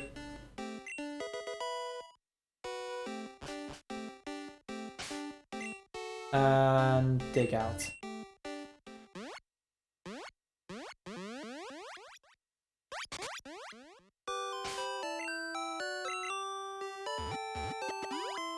Okay, it's fine.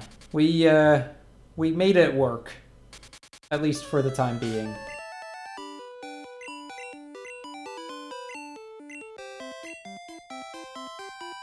Now it's kind of normal. Yeah, I don't want to use the PC. I can use it, but we shouldn't need to. Our power at the end of the day, it should all kind of work out again.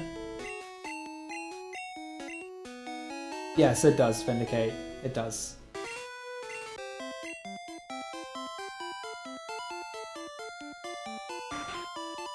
But yeah, like it'll be fine.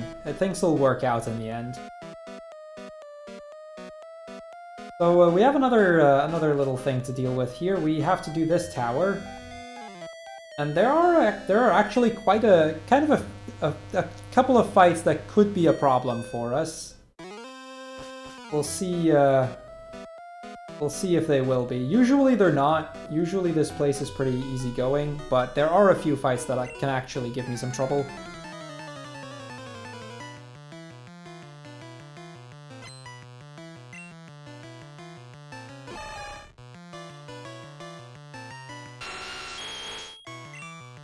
I mean, the point being, we have to give the fresh water to the guard anyway, you know, because you gotta stay hydrated and all that. And Well, it's fine. It'll work out.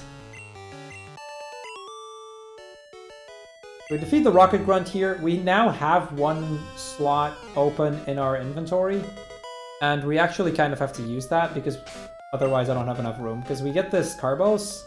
I'm going to just use that right away.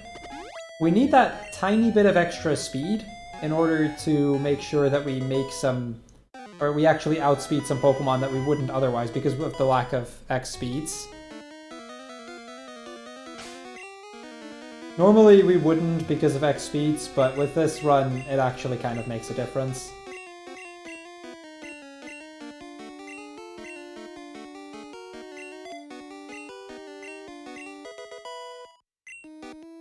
I could do that, yeah, but it's this... no, like I said, there shouldn't be a need for it.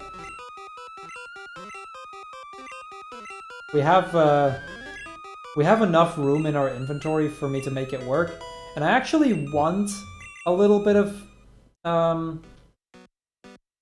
me make sure I say this correctly. I actually want my inventory to be close to full, because it saves some time later on as well. By having my inventory full at the end of a gym fight, we don't get the text of obtaining the TM and the explanation of what that TM does, which actually saves a little bit of time as well, so we actually kind of want our inventory to be full.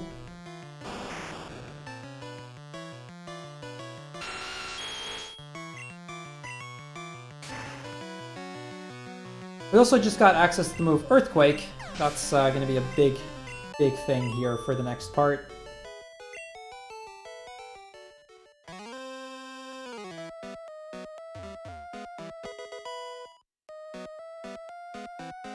But before we actually go for the rival, which is another thing, like that's pretty much our next stop, but there's actually a few items here that we can pick up that you might not know about. See, there's an elixir in here. That one's quite helpful. And then if we go up one floor, in the very bottom left side of this floor, there should be another item that I can pick up. Be very careful to not hit any trainers. I believe it's this one. It could be the other one. Yes, it's that one.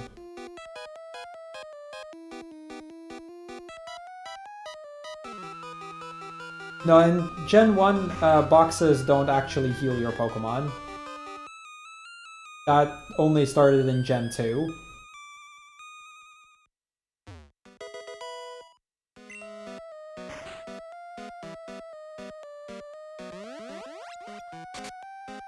Okay, now that we have that X accuracy, we're going to use some of these rare candies.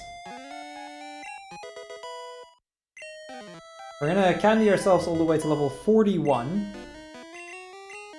We kind of need this to be fast enough to deal with some of the Pokemon that we have to fight coming up. Normally we would wait with the leveling a little bit longer and we would level after Koga, but for this run we need to be a higher level for certain fights because I don't have an X speed. And if the Alakazam hits me with like Psychic or something, we're pretty dead.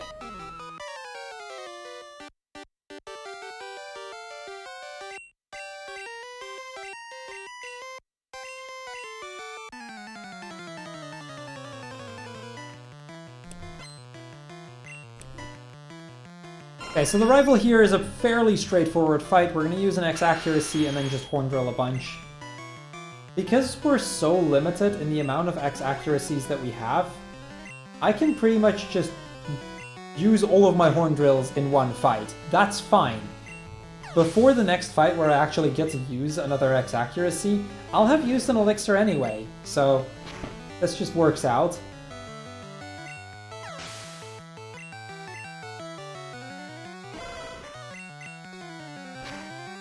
But even though some of these Pokemon I could normally do without Horn Drill, it just works out better to do it like this. Yeah, here you can see we actually outspeed the Alakazam. This is why those extra levels were important. Without those extra levels, we would not outspeed that.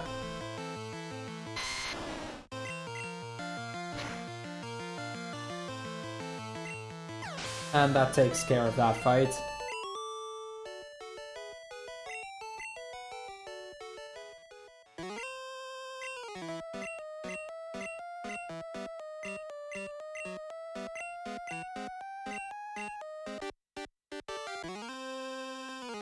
With that out of the way, we've got 2 more fights in here. We've got a Rocket Grunt and then Giovanni. And once those are done, we can move on to do a bunch of gym leaders, because we are already 2 hours in and we still only have 3 badges. I should probably get started on that. The thing with Gen 1 speedruns in particular is we don't actually get any badges, or we get the first few like at a pretty normal pace, and then we don't get any for a long time while we pretty much clear out the entire remainder of the game. And then we rush for the last few badges.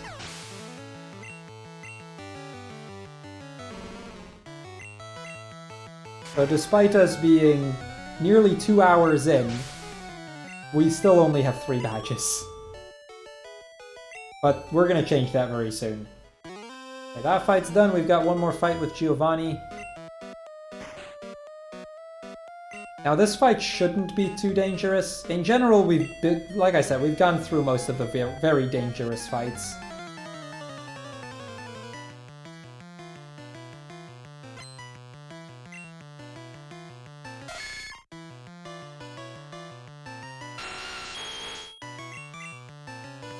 Earthquake Nidorino.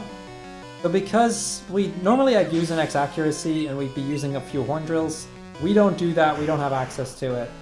So instead we're just going to use a combination of Earthquakes and Thunderbolts and a Bubble Beam for the next Pokemon to make it work.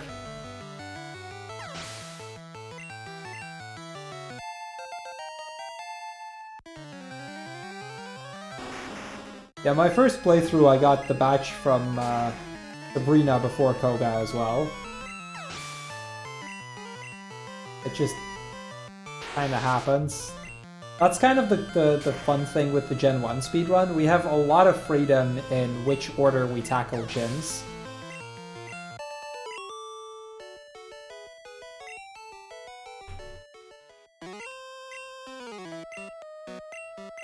Okay, now that that's out of the way, we're gonna dig out, fly to Fuchsia City, and we're actually going to go for another gym. Because it has been a while.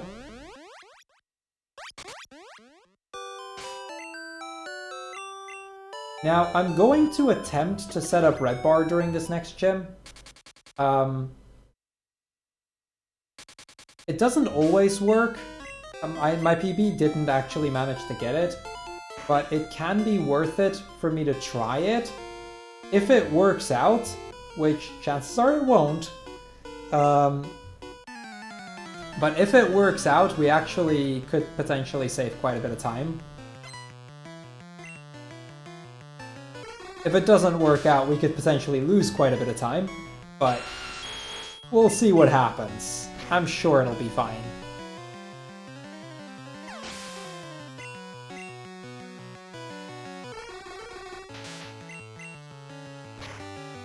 So this fight's just 4 Earthquakes, pretty straightforward. Normally I would use an Elixir after this fight, but I'm actually only going to use it after the fight after this. Because we actually have 2 Earthquakes left now instead of just the 1. And we're going to use the Max Ether.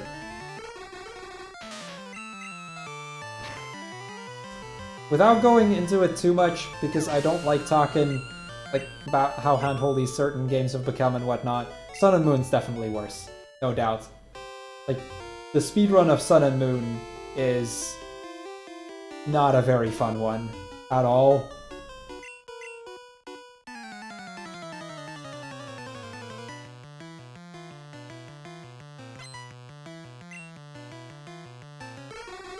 Okay, so this Juggler, the second Pokemon's actually not necessarily going to die in one hit. We can just use Bubble Beam if it doesn't die. It'll be fine.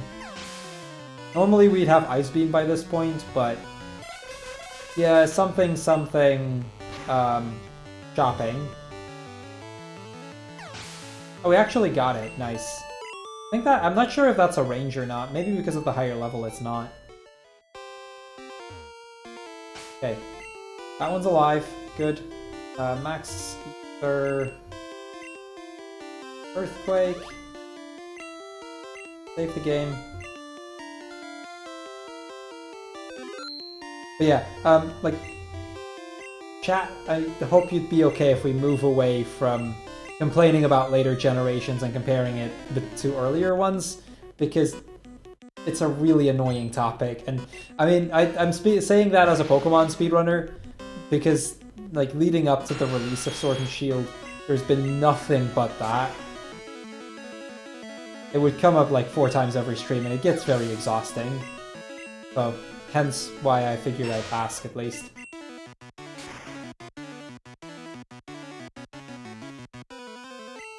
Okay, so one more Earthquake. The last one, we're like on the Weezing here. We're actually going to do a very interesting, different strat. We are not going to be attacking him because I kind of need the power points, and I kind of want to be very low on health. So instead, what we're going to do is I'm going to use the Poke Flute. You can use that in battle. We're going to play a catchy tune.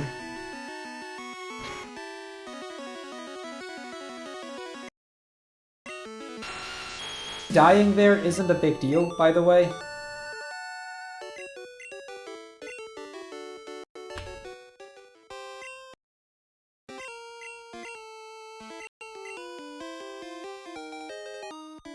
So this is basically the cutscene that I'm gonna be trying to skip as much as possible.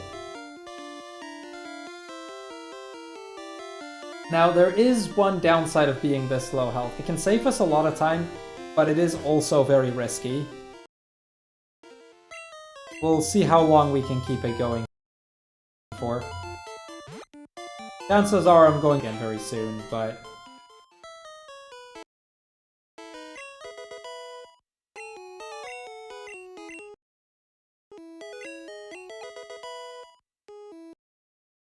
We get HM4 here. We're gonna fly away though. We're gonna use the remaining... or first things first, we're gonna teach Strength.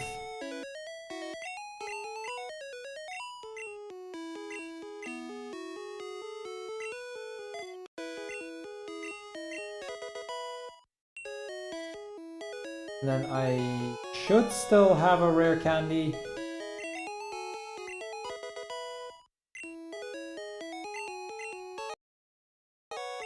And then we can fly to Pallet Town. Now, I could now go to Erika's gym, but I don't have Ice Beam. And normally in Erika's gym we'd be using Ice Beam a bunch to get through it. Since we don't, it's a bit of an alternative strat, which basically boils down to we're going to go to the mansion first, and A, get a few rare candies, because those are really... B, we're gonna get Blizzard. Because that's a pretty decent alternative. In Gen 1, Blizzard is 85% accurate, so it's reasonably accurate. It's not perfect. It has some problems, but it's something we can pretty much... we can work with.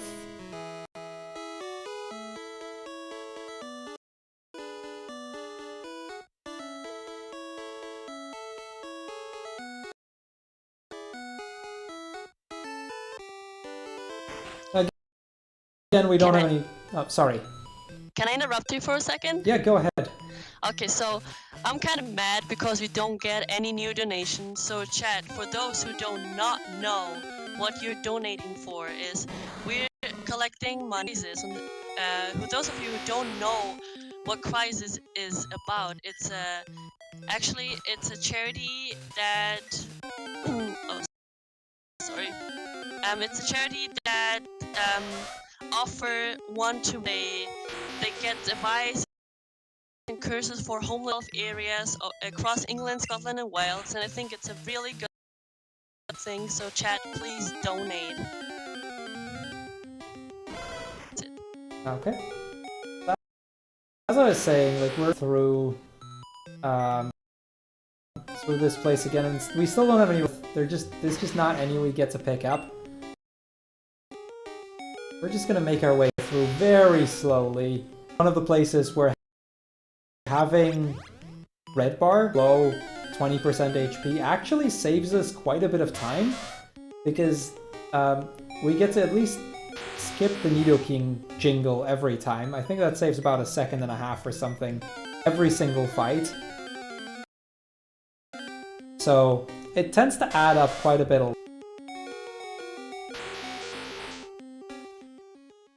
We pick up the Carbos here as well. I still want to use that extra Carbos because that just helps with outspeeding Pokemon. And then we're going to go down here and pick up the TM for Blizzard. Ah, we have no more move. That's not the first time.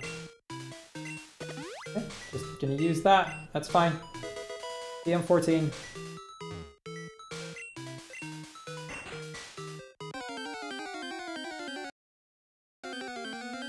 We're gonna teach that over Bubble Beam just before I start picking up some rare candy, and then we're gonna use most of the rare, or we're gonna use, I think just one of the 2 rare candies. Because the last one is saved up for later. Actually use 1 rare candy at the very end of the run, and that's just to help us with the champion fight.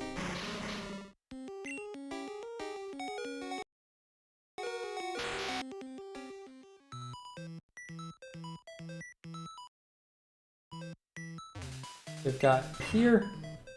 I'm gonna just teach Blizzard now, just so that I don't run into the issue of not having room in my inventory again.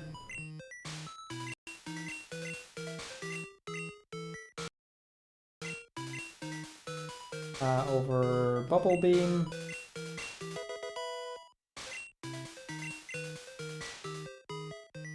Then I can go around here, pick up the 2 rare candies.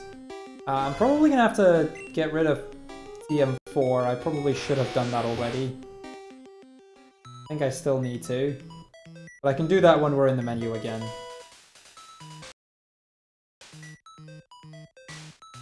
Rare candy over there. Rare candy over here. And then the item down here is the secret key, which is why we needed to be in this place in the first place. So use 1 rare candy still, give us at least a little bit more health to work with, and another level. Give us that extra bit of power that we need. Get the secret key, and now we can get out again.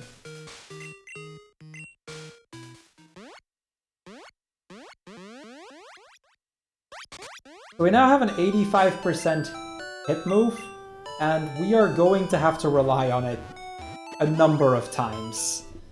So here's to hoping. That's really all there is to it. Here's to hoping. Unfortunately, there really just isn't a better alternative for Ice Beam that we can pick up. And Blizzard, luckily, at least is reasonably accurate in this game, but there is a chance that we miss one, and that could potentially be devastating. I will actually save in this gym, if only because of how devastating it can be.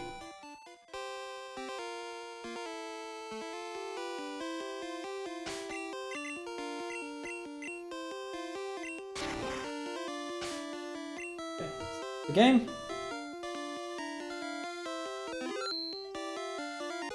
And there we go. So we need to use Blizzard 4 times.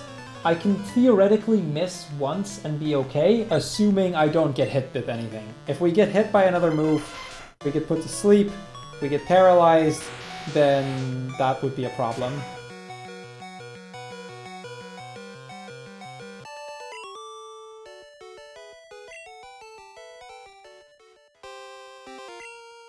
But time for gym number 5, or technically gym number 4, but we're doing it as our 5th one.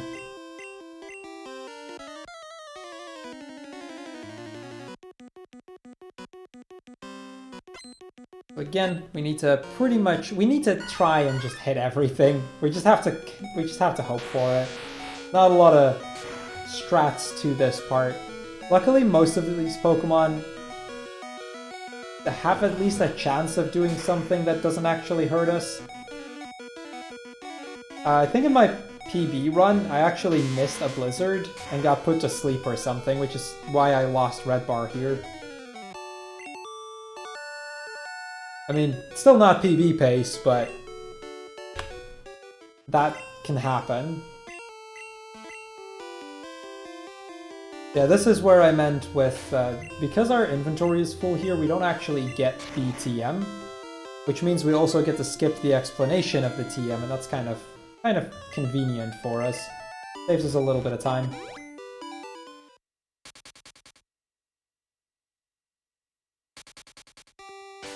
Hey, chat, it's time for a quiz. Because the Cinnabar Gym is actually just this giant quiz that we have to do. Let's test our Pokemon knowledge. First question: Does Caterpie evolve into Butterfree? The answer is yes, even though there's a Metapod in between. They do that. Question number 2.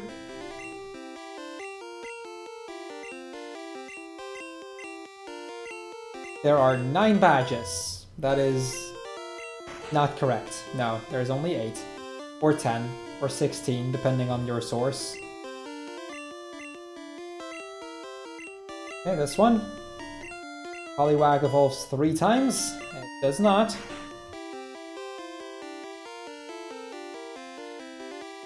I mean, Pokemon Gold, Silver, Crystal has 16, so... 1. Thunder moves, are they effective against ground element Pokemon? Nope, they are not. By the way, it may look as if I keep hitting yes, but I'm either mashing A or B depending on the question. Okay, next one. Pokemon of the same kind and same level are not always identical, and that is true because that's where DVs come in. It's plays quite a big role in Pokemon speedrunning. And then the last one, already been referenced in chat, TM28 contains Tombstoner, and that is true, yes. See?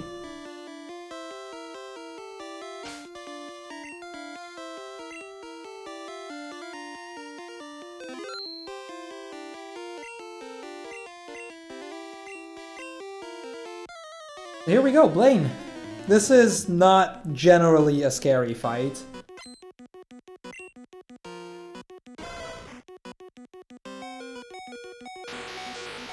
Yeah, quick. Pokemon genders aren't a thing yet. Tombstone is actually the remakes. That in the original it was Tombstoner.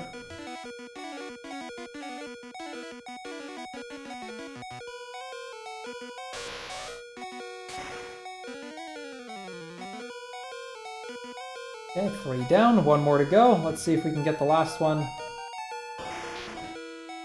And there we go. So that is our fight against Blaine. Not a difficult gym, luckily. And with him done, it is time for us to move to Sabrina. Before we do,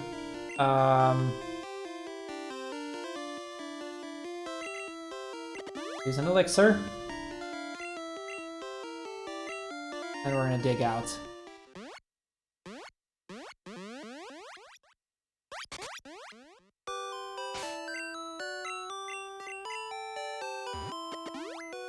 Okay, Saffron City Gym is next. This is... We're now getting pretty close already to the end of the game. We've got 2 more gyms to do, the 6th one and the 8th one. Our power points are looking good. Our health is scary low with only 9 HP. But we have enough heal items, so right now things are actually looking pretty good. Solution for this gym luckily is pretty easy. It's diagonal, diagonal, and then down. And then once we have that, we can just go face Sabrina. I will save because speed ties and I'm just terrified of this fight in general.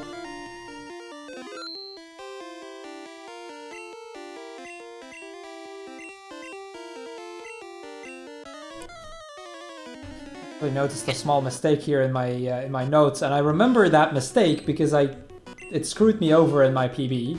In my PB, it says in my notes it said Earthquake times 3. So I figured, oh, I can stall with using the elixir one more time, but there's actually 4 Pokemon in our team. And in my PB, I noticed that mid-fight, so I was short an Earthquake, so I had to use an elixir at some point, which made things very finicky. Sorry, made things very finicky on this fight. Very scary because of that. But now we actually have enough. I did things the way we were supposed to, and with that, easy fight.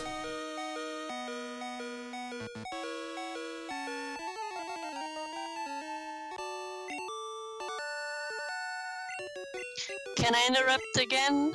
Yeah, sure. So we actually have 2 donations right now. We have a donation from Anonymous with 5 dollars is a pound, dollars, I guess pound, with no comment. And then we have $10 from Anonymous as well with the comment, good luck, have fun, everyone, and stay hydrated. Okay, next stop is Giovanni's gym. This is a gym that, normally speaking, actually does have the chance to be dangerous. But because because some of the Pokemon here are normally damage ranges, but because we are slightly higher level than we normally are, it actually isn't really. However, we do have to hit a Blizzard on this junior trainer, so we'll and one on Giovanni, but that's still a thing.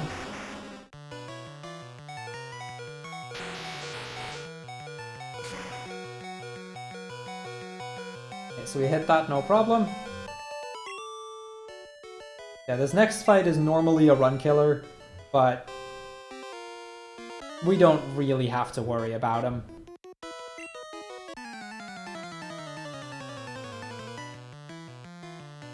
The difference is normally, I believe I'm like level 46 here, and now we're 48, or 47 and 49, something like that. I think it's a 2-level difference. And that small difference makes the difference between this being a damage range and this being a guaranteed kill. And that's just because we have a small difference in the amount of trainers we need to fight. This is not world record, Clouds, no. This doesn't look like it's going to PB. Not that I have world record in the first place, but, you know.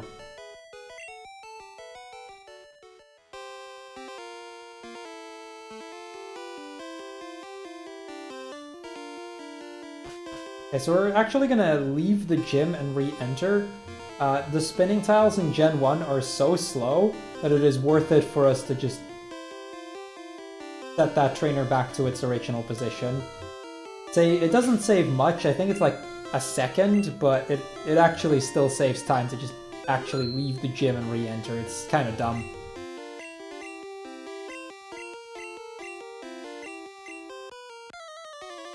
Okay, Giovanni, the last gym leader of the game. Let's see how this fight goes. This fight is usually not a dangerous one. The only thing we have to deal with is that the last Pokemon in his team, the Rhydon, we need to use Blizzard on. That said, Rhydon almost always does Fissure, and we don't get hit by Fissure.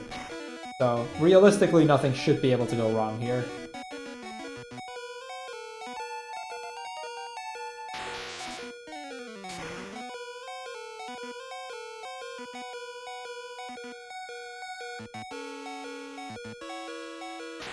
Even a Blizzard miss probably wouldn't be the end of the world. I think we should have enough Blizzards for the rival fight as well. No, that's not true. It would have been a problem. I would be short. Just looking over it now, we would actually be short.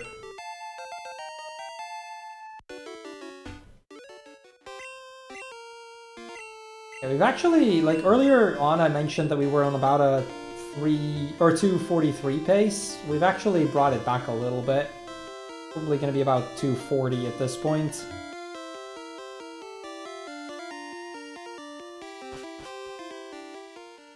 Very important here that I use an Ether on Earthquake. We need those power points. I didn't have to save.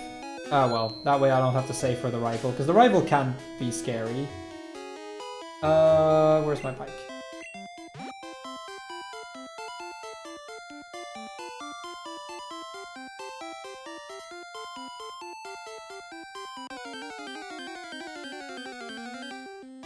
Have to go through this grass again. It's always kind of funny when you go through this grass and you happen to see another Nidoran male.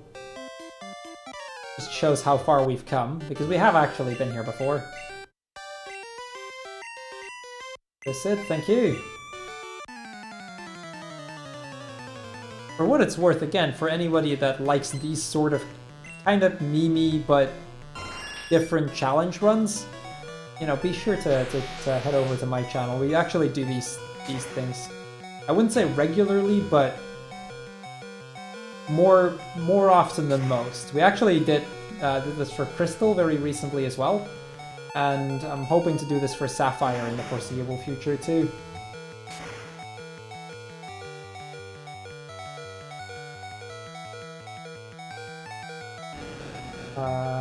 Thunderbolt. Yes. Need to make very sure that I don't make any mistakes with my moves here.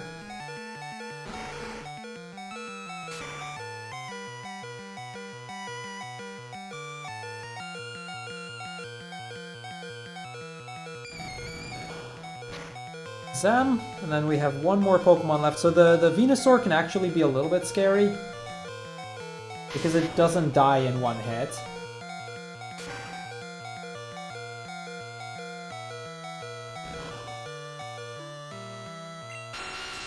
I was afraid that might happen. Okay, we're gonna just heal for the fight then. You really want to keep it this far. I'll probably make a note in my notes to heal before this fight. I was afraid that might happen.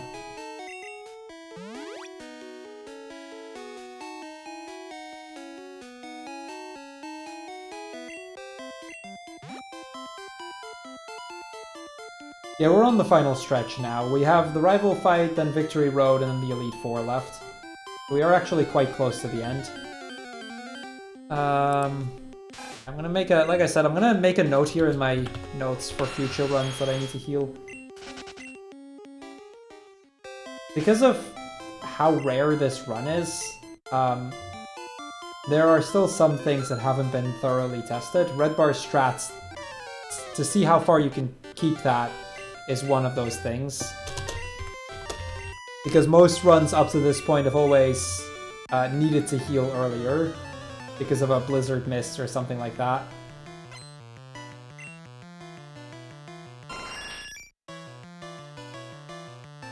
So this is just a case of, you know, we learned something new. Optimizing the run just a little bit further.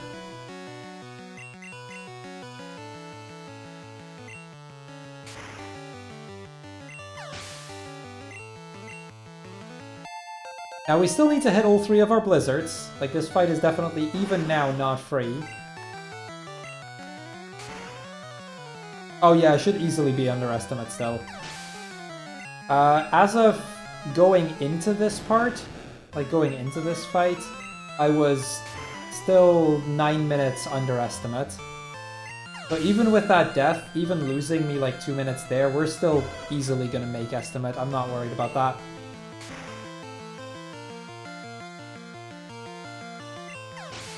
Like right now, we're probably looking at about a 240, like somewhere between 240 and 245.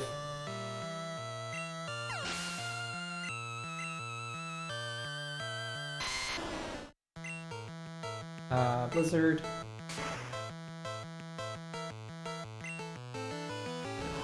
Yeah, up to very recently, this was not a category that saw a lot of competition either. We've actually, like, the world record for no centers, no Mart was actually broken earlier this week, which is kind of cool. So it's starting to see some activity again, and it's honestly, like I said, for the category extensions, the less serious side runs you can do, this is definitely one of the more fun ones to do. It adds such a different twist to the run. That trying to optimize this, it feels very different from how you would normally go about it.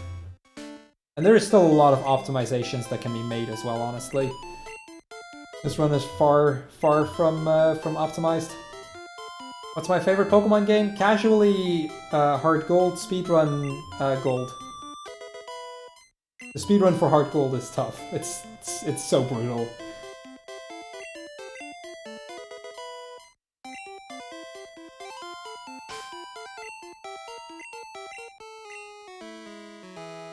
We're gonna get into the water here.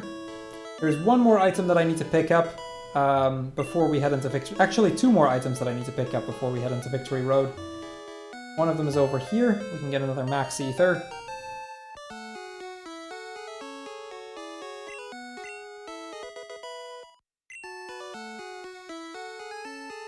Then we go up. There is one more item, and this is the last item here was actually one that I didn't know existed until I started working on this run.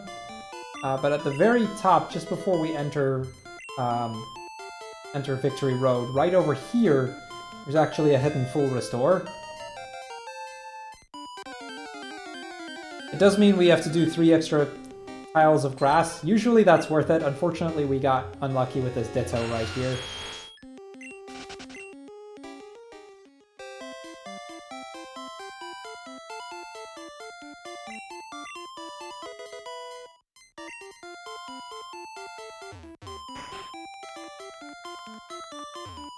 And with that, we are in Victory Road. We finally made it to the final part of the run. Now, Victory Road itself, in Gen 1, really not that interesting. There's very little that actually happens here. Like, the dungeon itself, none of the trainers are required. We're actually going to try to dodge every single one of them. Yeah, we're going to do the entire Elite Four with just one Pokemon. We don't have the time to invest on grinding out more than one Pokemon, so we just use Nidoking.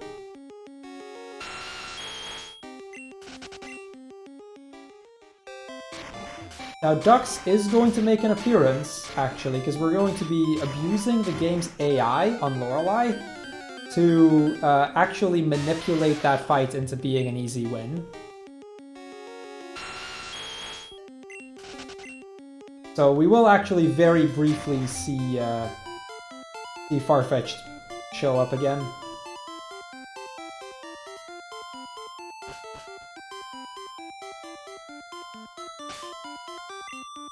Okay, so we're going to use Strength again here. The random encounters we're just going to have to keep dealing with. Nothing we can do to avoid them.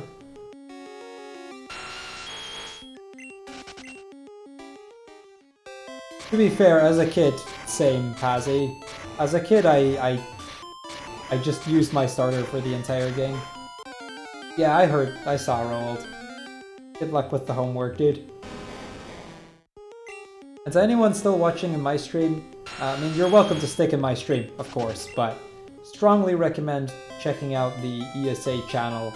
UKSG is going on there this weekend, and it's bound to be a very fun event, so definitely worth checking out. And it's where the restream happens, and honestly, where things look a little bit more interesting than they do on my end. Okay, we're actually going to try something really cool in a bit. I don't know if I can get it, but there is a super small glitch that I want to showcase here if I can. It actually loses time. I think it loses 2 frames done optimally.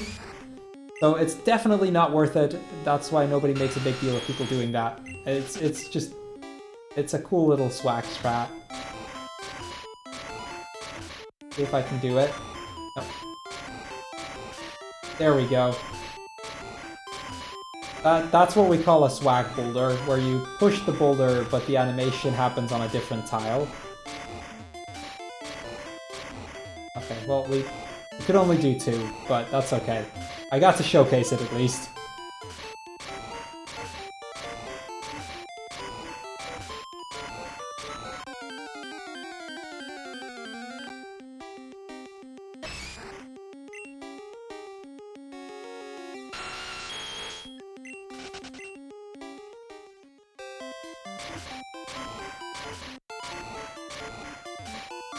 I don't know how much it actually loses, Sankey. I heard somewhere, I think, that it was 2 frames, but it might be more than that.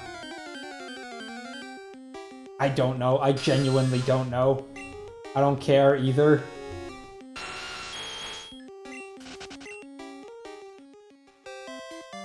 But I seem to remember hearing somewhere that it was something along those lines.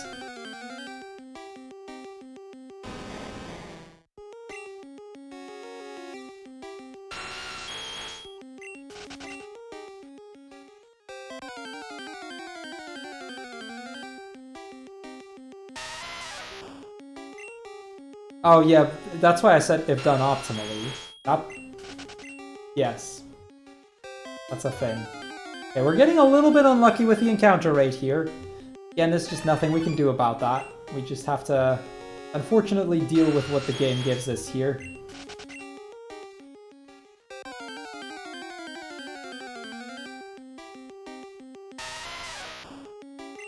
Exactly, Prozac. In the Pokemon Crystal version of this run, we actually can pick up a few repels. Not nearly enough, but we have a repel for, like, Mount Silver and whatnot. Because there are a few that we can actually do there. But I think even in that, like even in Crystal, we have I think 3 repels over the course of the entire run or something, or 2. It's very limited. Although this encounter rate is absolutely atrocious, honestly. Even for a no centers, no Mart, this is really bad.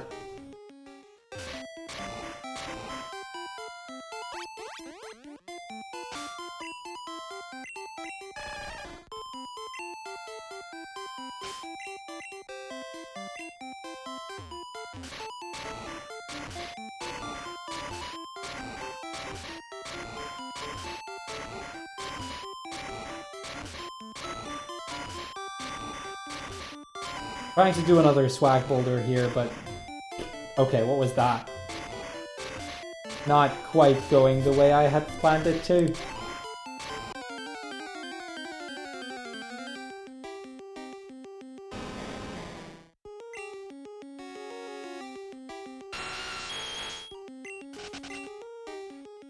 Just gonna go over here.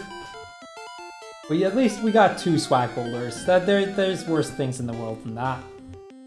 At least I got to showcase what it's like to do one.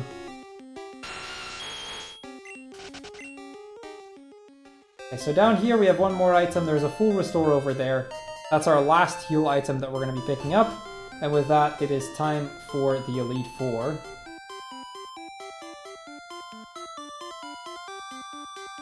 So, final stretch here. We still have 5 more battles to go. As a heads up for the people running tech, time will be as we fade into the credits. It's gonna probably be about another 10 to 15 minutes. Okay, save the game.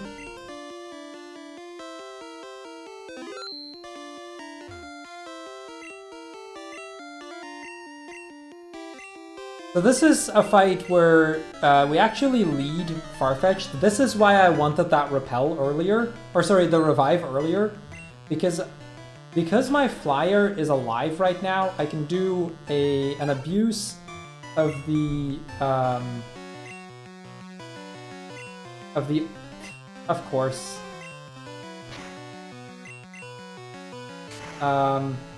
So the miss I'll explain in a moment, but because of that I can do an abuse of the AI that should allow me to make this work. Go Indy, thank you. Okay, it still worked. Not quite as I had expected, but it still worked. So what happened there at the start, Aurora Beam is a 100% accurate move, yet it still missed. You might be wondering how the heck does that happen, but every single 100% accurate move in this game has a 1 in 256 chance to miss. And if it happens on this fight, it can actually kill you. Luckily it didn't, but that's the only way you can die on Lorelei, if you miss that 1 in 256. We call it a Gen 1 miss. They fixed that for later generations, but the reason that that's a thing is because if not, due to the way that moves are coded in the game, there would otherwise be a 1 in 256 chance that moves that have no effect still hit.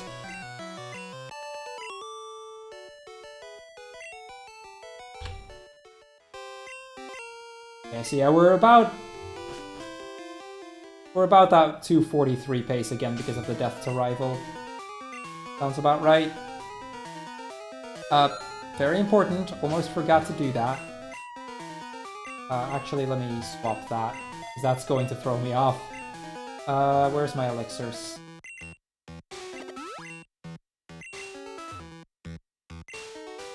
Okay, time for Bruno. Bruno is usually not a very dangerous fight, but we do have to hit a few blizzards.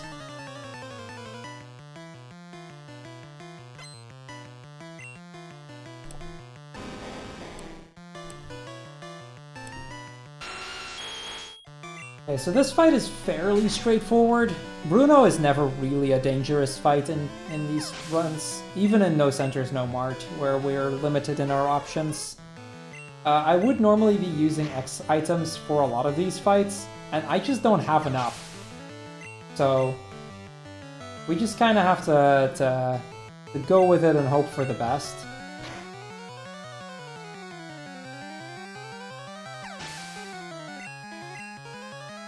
Okay, one more blizzard.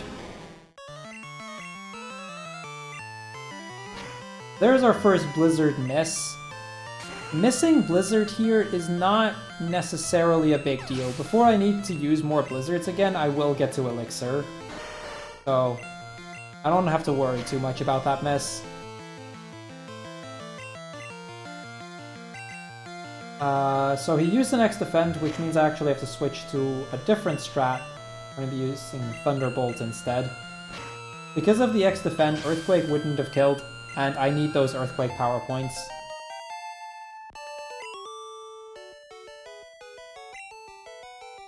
Okay, now for another fight that is known to be interesting.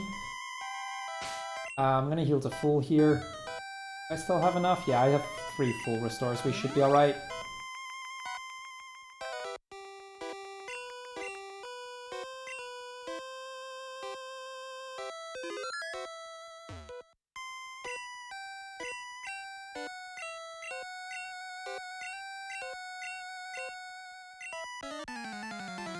Because the Lance fight... Lance is still scary, by the way. That's just how it's going to be. Lance is absolutely terrifying in this run. In order to even be able to win the Lance fight in this, we already need basically perfect stats.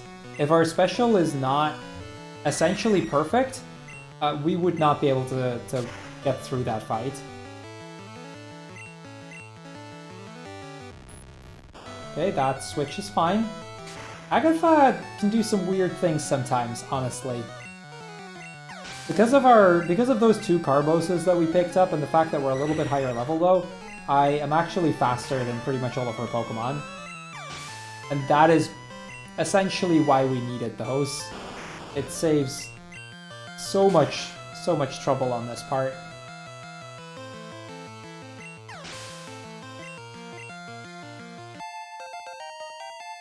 We get another level up here. Lastly is the Gengar. And that is Agatha. That was a really good fight. The the Golbat can do some nasty things sometimes because it isn't a one-shot, but things worked out. Yo, congrats, Roald. An early happy birthday then.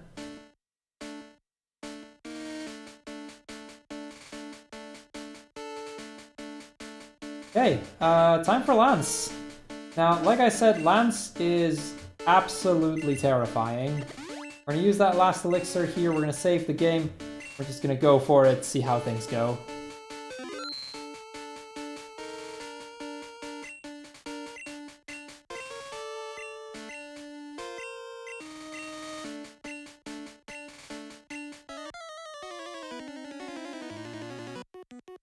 So, the thing with Lance is, he leads this Gyarados, and Gyarados here has Hydro Pump.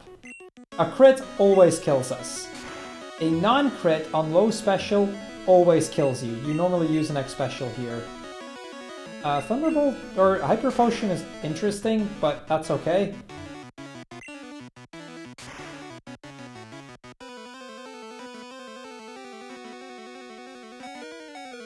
This is what I mean. This is why I said this fight is scary. I am gonna have to heal that though.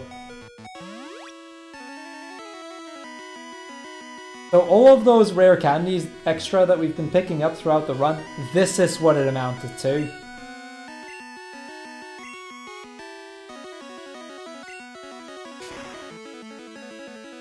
But yeah, then from here the fight is relatively easy.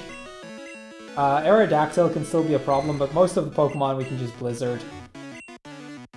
Misses are mostly fine due to the way that the AI works, as long as we don't miss too many.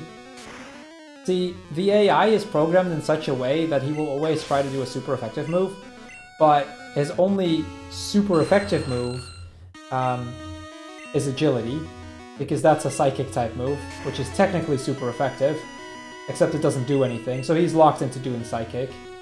Okay, 2 Supersonic fails, that's good.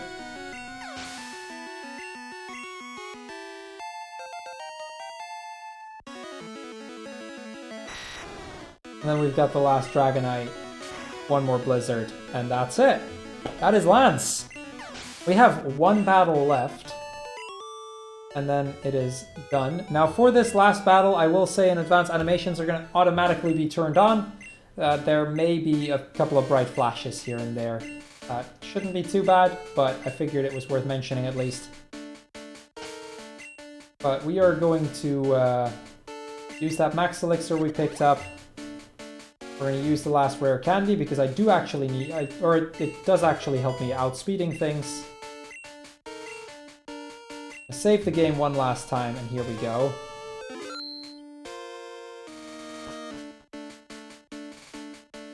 Now, you may have noticed I still have 1 X item, the X Special, and we actually kept it for this fight.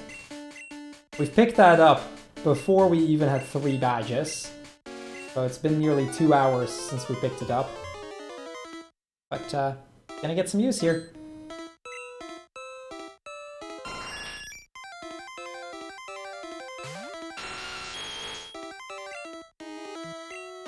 Special there. The attack is fine.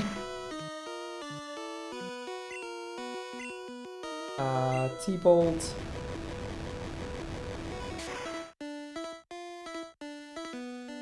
Yeah, even this fight is pretty much entirely routed out, so we should be able to get through it no problem. Earthquake, the Alakazam. We had to make sure that we were faster than this, but we are, so that's all good. That's the last Blizzard that we needed over the course of this run, so we are now done with our not very accurate moves.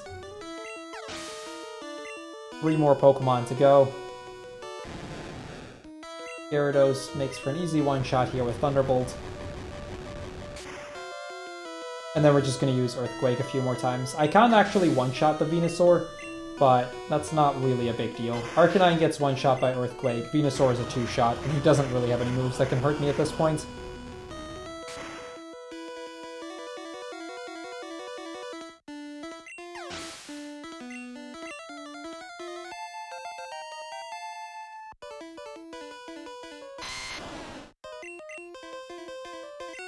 We just Gen 1 missed.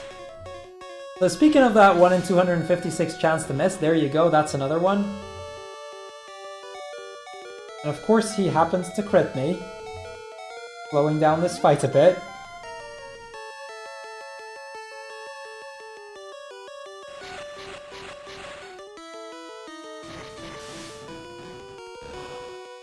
So unfortunately Razor Leaf is very likely to crit. Lucky for us, it should do slightly under half.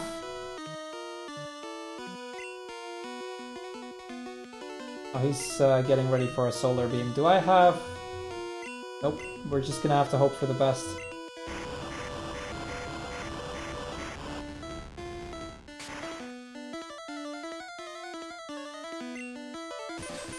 If this crits, I'm dead. If this doesn't crit, I think I can survive it? Maybe? Okay, that was a lot closer than I expected it to be, but there we go. Time is coming up in about a minute and a little bit. So yeah, that is Pokemon Red completed without using any Pokemon Centers or Marts. Pretty fun run, like I said. Definitely worth trying out if you like to try a Pokemon Red speedrun. Like, Glitchless is fun. This one's also definitely one I can recommend. If you like watching Pokemon speedruns, like I said earlier on, I speedrun pretty much every Pokemon game. There's only like 11 that I don't run of the like 60-something games, and most of those I'm in the process of learning. So if you like seeing Pokemon runs, be sure to head over to my channel and drop a follow. Would be greatly appreciated.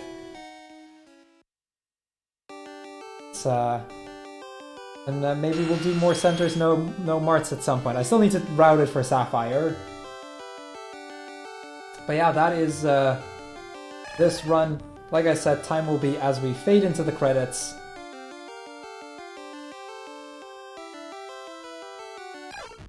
There's our last Pokemon, Ducks.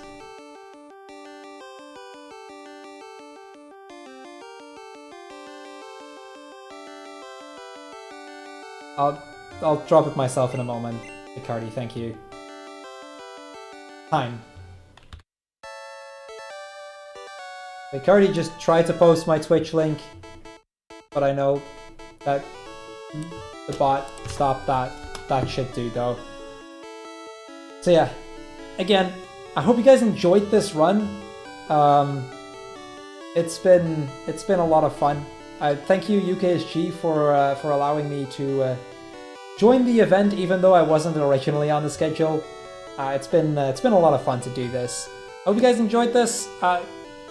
Maybe I'll see you guys again in my stream sometime. And with that, I'm going to give it back to the folk from UKSG, and I believe up next we have